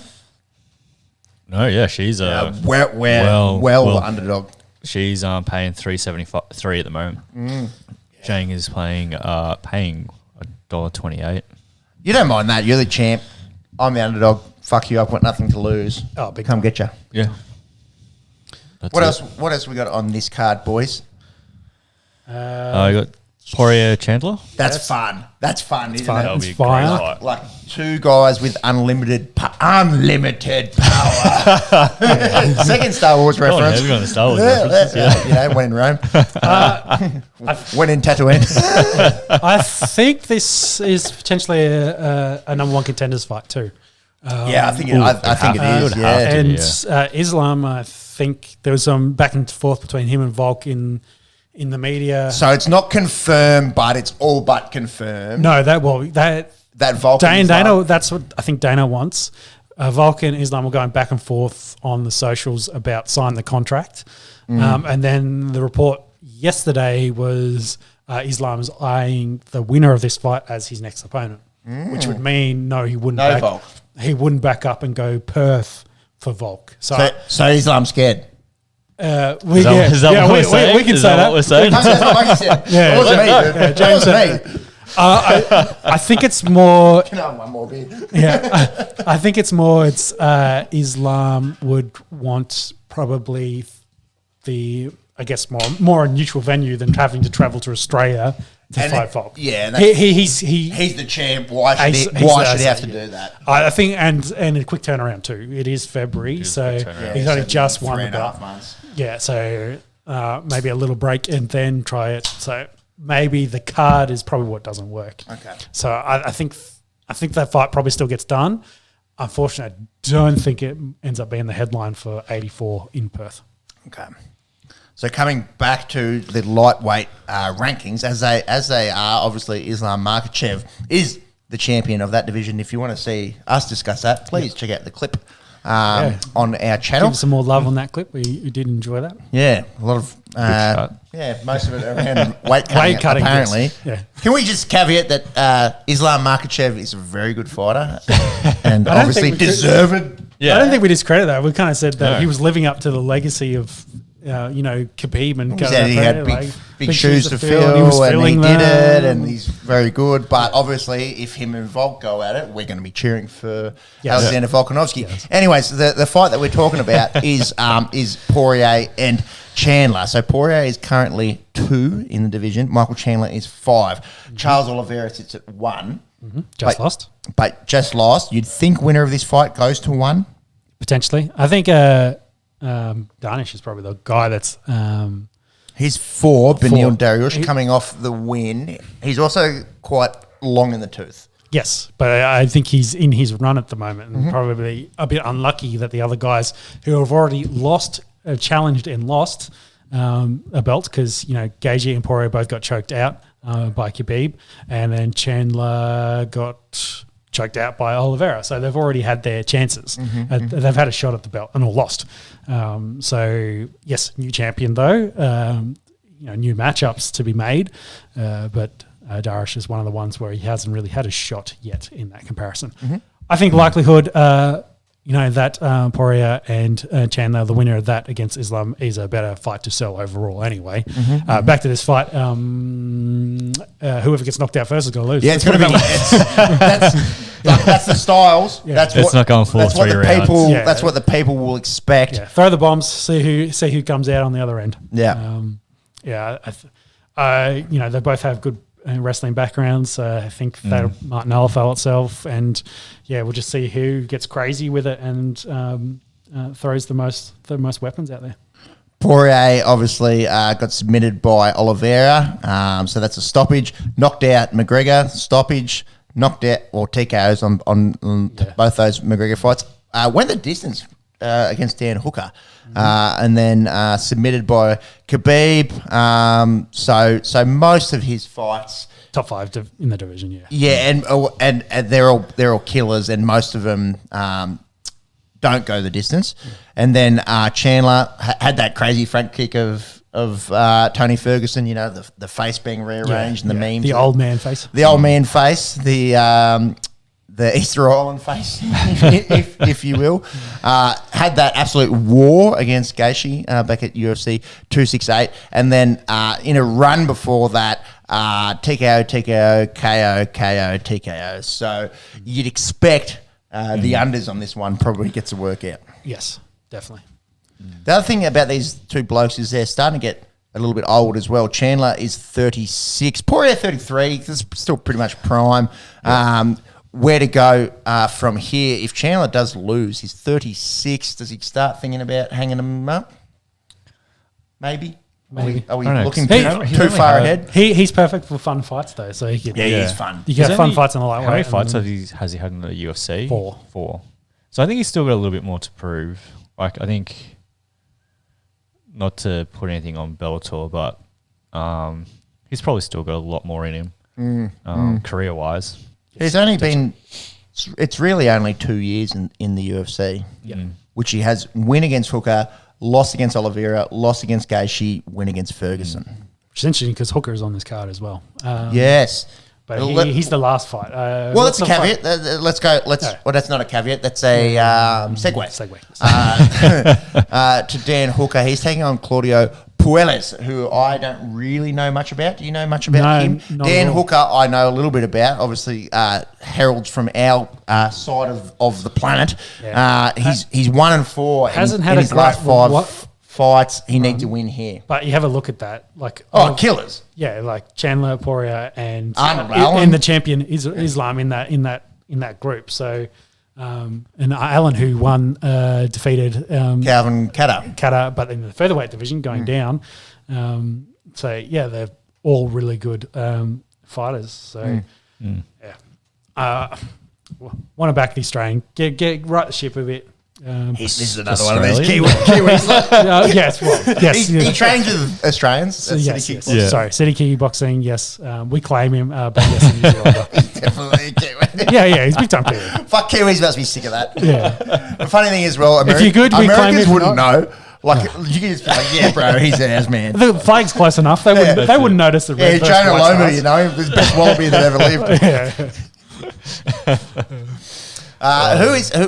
Who's the other fight on this card? Oh, Frankie Edgar. A retirement fight for him. That's fun. That's his last fight in the UFC. So against Chris Gutierrez at bantamweight. Frankie Edgar, a gentleman's 41. Yes. Jeez.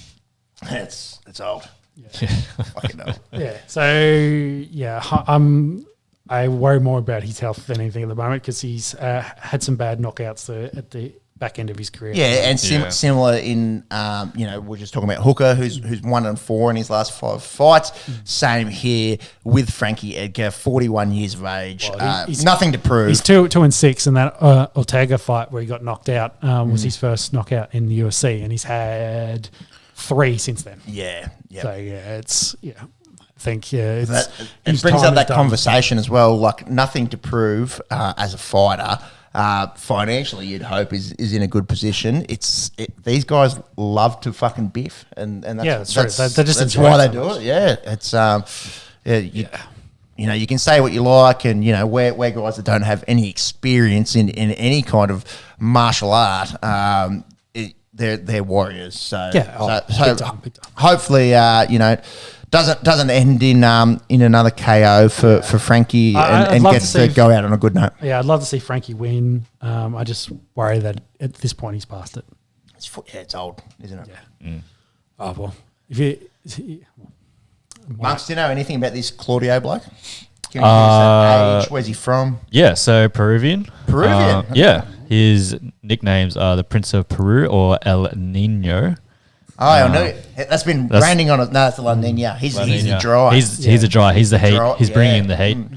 Outside of that, record? Yeah, so... Handy. Yeah, there's a lot of green there. Well, that being said, he lost the Ultimate Fighter Latin America back in 2016. Followed it closely. Yep.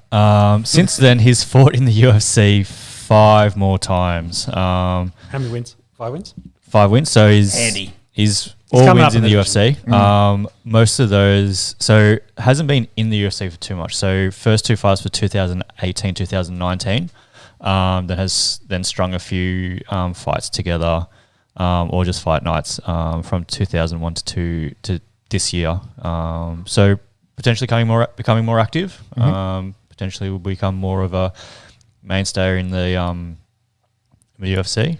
One to watch. How old did you say? 26. Yeah, so 26. Sort of coming into his prime, and he's 12 and 2. Yeah, which is bad news for Frankie. It's always a dangerous signs. And that's the main card for UFC 281. So if we go into boxing news, we probably should mention that Jake Paul did beat Anderson Silva on cards. You watched this last week. Your thoughts? Much more competitive fight. One of the better fights from Jake Paul in his early career. I think he got a willing combatant in Anderson Silva here, and Silva did no damage to himself in this. I think the knockdown was a good shot from Jake, and I think Jake did a good job dealing with the pressure that Anderson gave him. But it's always going to be, you can't fight these mixed martial artists. You have to, fight a real boxer. But then I guess Uriah Hall, who knocked out. Well, actually, no, he fought an NFL player, Le'Veon Bell, on the undercard. Kind of showed, smoked him, didn't he? Smoked him. Like, it was way, way better. But again, Uriah Hall's not like 48 going on the end of his career. He could. How old's Uriah Hall? 40? He's 30. Late 30s? 3 or something. Is that all? Yeah, he's like mid 30s. He's been around for ages. Yeah, he could sign in the US, go back into one of the other mixed martial arts promotions if he wanted to. So 30 or 38. Yeah, high 30s.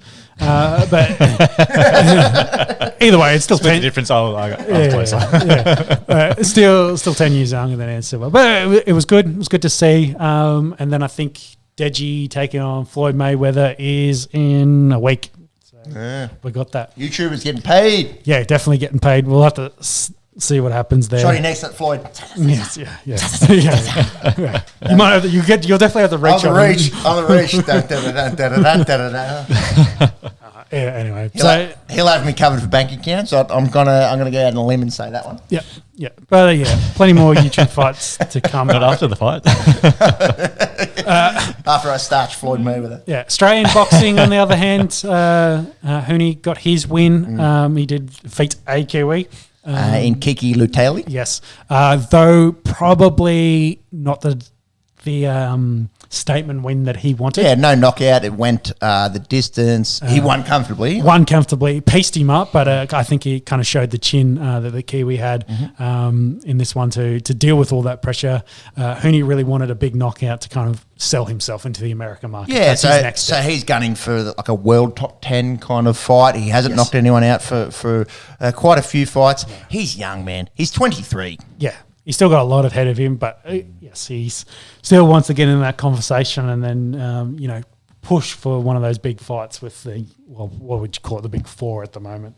Yeah. Yeah, he probably is a couple wins off that, you'd think. But definitely. But you've got to get in the American market to even be in the conversation. Indeed. So that's kind of where he's at. And then SBW was kind of angling for a Paul Gallen fight, who's fighting Justin Hodges again in a month. Yeah, it's not long. Which is silly. But Mark Hunt at 48 as well, I believe, doing the job there and getting a big knockout on SBW. To finish his career, that was his last fight official. He's like 9-1 in that fight. So going out and being an absolute bookie's nightmare. Showed the same thing against Paul Gallen. Like, he hit you with a shot. He's different. When you're fighting guys that was their career. Yeah. is starching blokes. It's scary. Even when they're 48, and even if you look like the athletic, superior in terms of height and reach and body power and the rest of it. Yeah, Mark Hunt getting it done. Yeah, can throw bombs. And then Pango Jr. probably of all these guys had the big statement win with a big knockout was he the co-main? He was on the undercard for this. He was on the main card, but he was one of the earlier fights for that one. And that's boxing and fighting, I guess. We'll finish up with some F1. We are in we need some new. in a bye week, but we need a bit of that. Texas. So we went Texas and Mexico to round us off. Same story, different race week, as you will. Max wins from Lewis. Leclerc was third. Russell did crash into Sainz on the first lap, who was the pole sitter. With that, Max tied the record for most wins in a season. There was a bit of back and forth with Alonso hitting Stroll's car, and then he lost a mirror. Then he got a penalty. Then the penalty got taken away. A bit of fun there, but Alonso, I think, was driver of the day. Albor Denny finished 16th, unfortunately. Red Bull ended up winning the constructors from that race. We then went to Mexico. In between that, Audi confirmed their deal with Saab. Sauber, 50-50. They'll do mostly back-end stuff with Sauber. We'll do race day, GP stuff. And there's a lot of chat about German drivers. Vettel is the big conversation because he retired roughly the same time Michael Schumacher did. Then when Audi comes in 2016 is almost the exact sort of time frame from when Michael Schumacher came back in for Mercedes. For Mercedes. And then, of course, there's also chat about the younger Schumacher potentially going there because Audi, of course, will want German drivers being a German company. Schumacher looking like he won't have a drive for next year. Haas looks all points to Nico Hülkenberg, the Hulk, coming back as the driver. Yeah. And then Porsche looking at a deal with Williams instead of Red Bull. Red Bull kind of poo-pooed that 50-50 deal. So Porsche looks like they'll buy half of Williams and have a similar arrangement to Audi. I think Williams will run race day and they will build the engines. Yep. Yeah. Boys, as the F1 casual here at the table, can I ask you, after the drivers and the constructors are all wrapped up on the season, are you interested in these last few races? Is it still, there's second and third and the storyline for next year and who's getting seats? Is that what keeps you interested? Yeah, definitely. Yeah. And the racing's still good racing. Like they still go out and try to win. And for Daniel Ricciardo, it's probably his last two races. Mm-hmm. Yeah. Hopefully not ever. Like hopefully he'll still chat about being a reserve driver. And that might mean he can get a gig then back in 2025, but we'll have to see. It's interesting. And speaking, if we take that going into Mexico, same story. Max wins. Lewis was second. Perez was third. But Daniel Ricciardo probably had his drive of the season. He finished seventh. I think he started like 13th or 14th. Was driver of the day. Finally actually showed pace in the car. Was really quick, taking people over. Probably a little too late. A little bit too late at this point in the season, but showed he still can be a competitive driver in F1. Probably for the Australian audience, Jack Doohan got a little bit of a drive as a practice drive for Alpine there. So he's in that conversation for potential spots probably the following season. Season, like you said, wrapped up. Now move on to Brazil, which ends up kind of being, I think, Lewis Hamilton's semi-home track. He's won a lot of Brazil. Got a good record there. Has been some unrest in Brazil due to the recent elections and the change of leadership and protest. Bolsonaro gone. Yes, a bit of protest, etc. But the last statement was the GP would go ahead. They will go to Brazil. And then, of course, Red Bull got their penalty for spending £2 million more than they should have. Actually, no, they spent 1.4, got a $2 million penalty, and a 10% wind tunnel reduction, which ends up being big because it ends up being anywhere from, could be like 0.2 to 0.5. Their car could be slower next year. That's it. It's also like it sort of aggregates as well, like as for each constructor who is like a place behind them, they get extra percentage points to the wind tunnel as well. So, or it takes off Red Bull. So, but I mean, arguably they spent that money last year to develop this year's car, and that's why they've back-to-back champions. Yeah, back-to-back champions. So, I suppose it's a little bit of give and take. Like I reckon Red Bull just has to take it on the chin. Yeah. It's probably massive for Mercedes and Ferrari because Mercedes, I think, will probably finish second in the constructors. Yep. They've been really good, and Ferrari kind of has taken a step back. But Ferrari kind of said we've given up on the season. We're already working on next year's car. That's where our focus is. So they're already focusing there, and they'll have to make do. They're talking about Leclerc being a champion by 2028 or some shit like that, and Leclerc's already like, that's too late. I can't wait another 5 years to be world champion. I want to be world champion now. So it's interesting times ahead. That's it. And I think Sainz came out last week or this week saying that like he's finally getting comfortable with the car and he really wants to start pushing Verstappen as well. So I think those two drivers working as a team, as long as there's not too much vying at the top of the order where they're starting to crush each other out of races, I reckon they're going to be really, really good moving forward. And yeah, you might, if Red Bull ends up not having the same amount of time and money to develop their cars, then you might see a drop off over the next couple years. A bit more parity. Yeah, you get more parity. I mean, but I mean that'll probably just show the gap that Mercedes has over everyone else as well. Like if they've done everything by the books, they've picked up towards the end of the season. Like Lewis is starting to get a few more podiums. So yeah, was finished second, I think, in like these two races, and I think he's top three for like the last 5. Like he's been there and thereabouts. They just started really slow, and Max has been just dominant. Yeah. So to that point, I guess the final stat was he's won the most races in a season ever with 14. Caveat, of course, they do a lot more races now than they have done in the past. Yeah. But still to win dominant 14 of 25 races, or because how many races are we up to? Are we up to 26 yet? I think 26 is next year. I think we're probably at 24, 25. I had it open and I thought we were finishing up. Either way, over half. He's won 67% of the races, which is pretty impressive week in, week out to have the car running and performing that well, moving it from, country to country essentially and showing up and being. How old is he? 24? Yes. And this is 2? This is second. Yeah, that's his second. Yeah, Max is second. He's back-to-back world champion. So he's going to be looking at being the GOAT, perhaps. Yeah, well, that's the conversation. Are we now entering the Max Verstappen era? Well, as a casual, it seems like it seems like we are. Well, if you ask Lewis Hamilton, he's like, well, maybe not quite yet. There's still some old dogs around, and there's still like a lot of great young talent coming in for driving. Yeah. I think I'd love to see. A 4th or 5th team. I don't really want to wait until Audi and Porsche come in 3 years' time. I want to, is there another team that's going to take that leap to kind of compete with the top teams, and then you have really competitive races week in, week out? Well, yeah, I suppose that's it. So as far as I can tell, there's no real massive development or regulation changes until 2026. So besides... I've seen like the cap, like Haas got new sponsorship so they can spend up to the cap. So, they can spend the same money the other teams are. Hopefully then that makes them more competitive, etc. So, it's working its way towards that. Yeah. I don't know. Wait and see.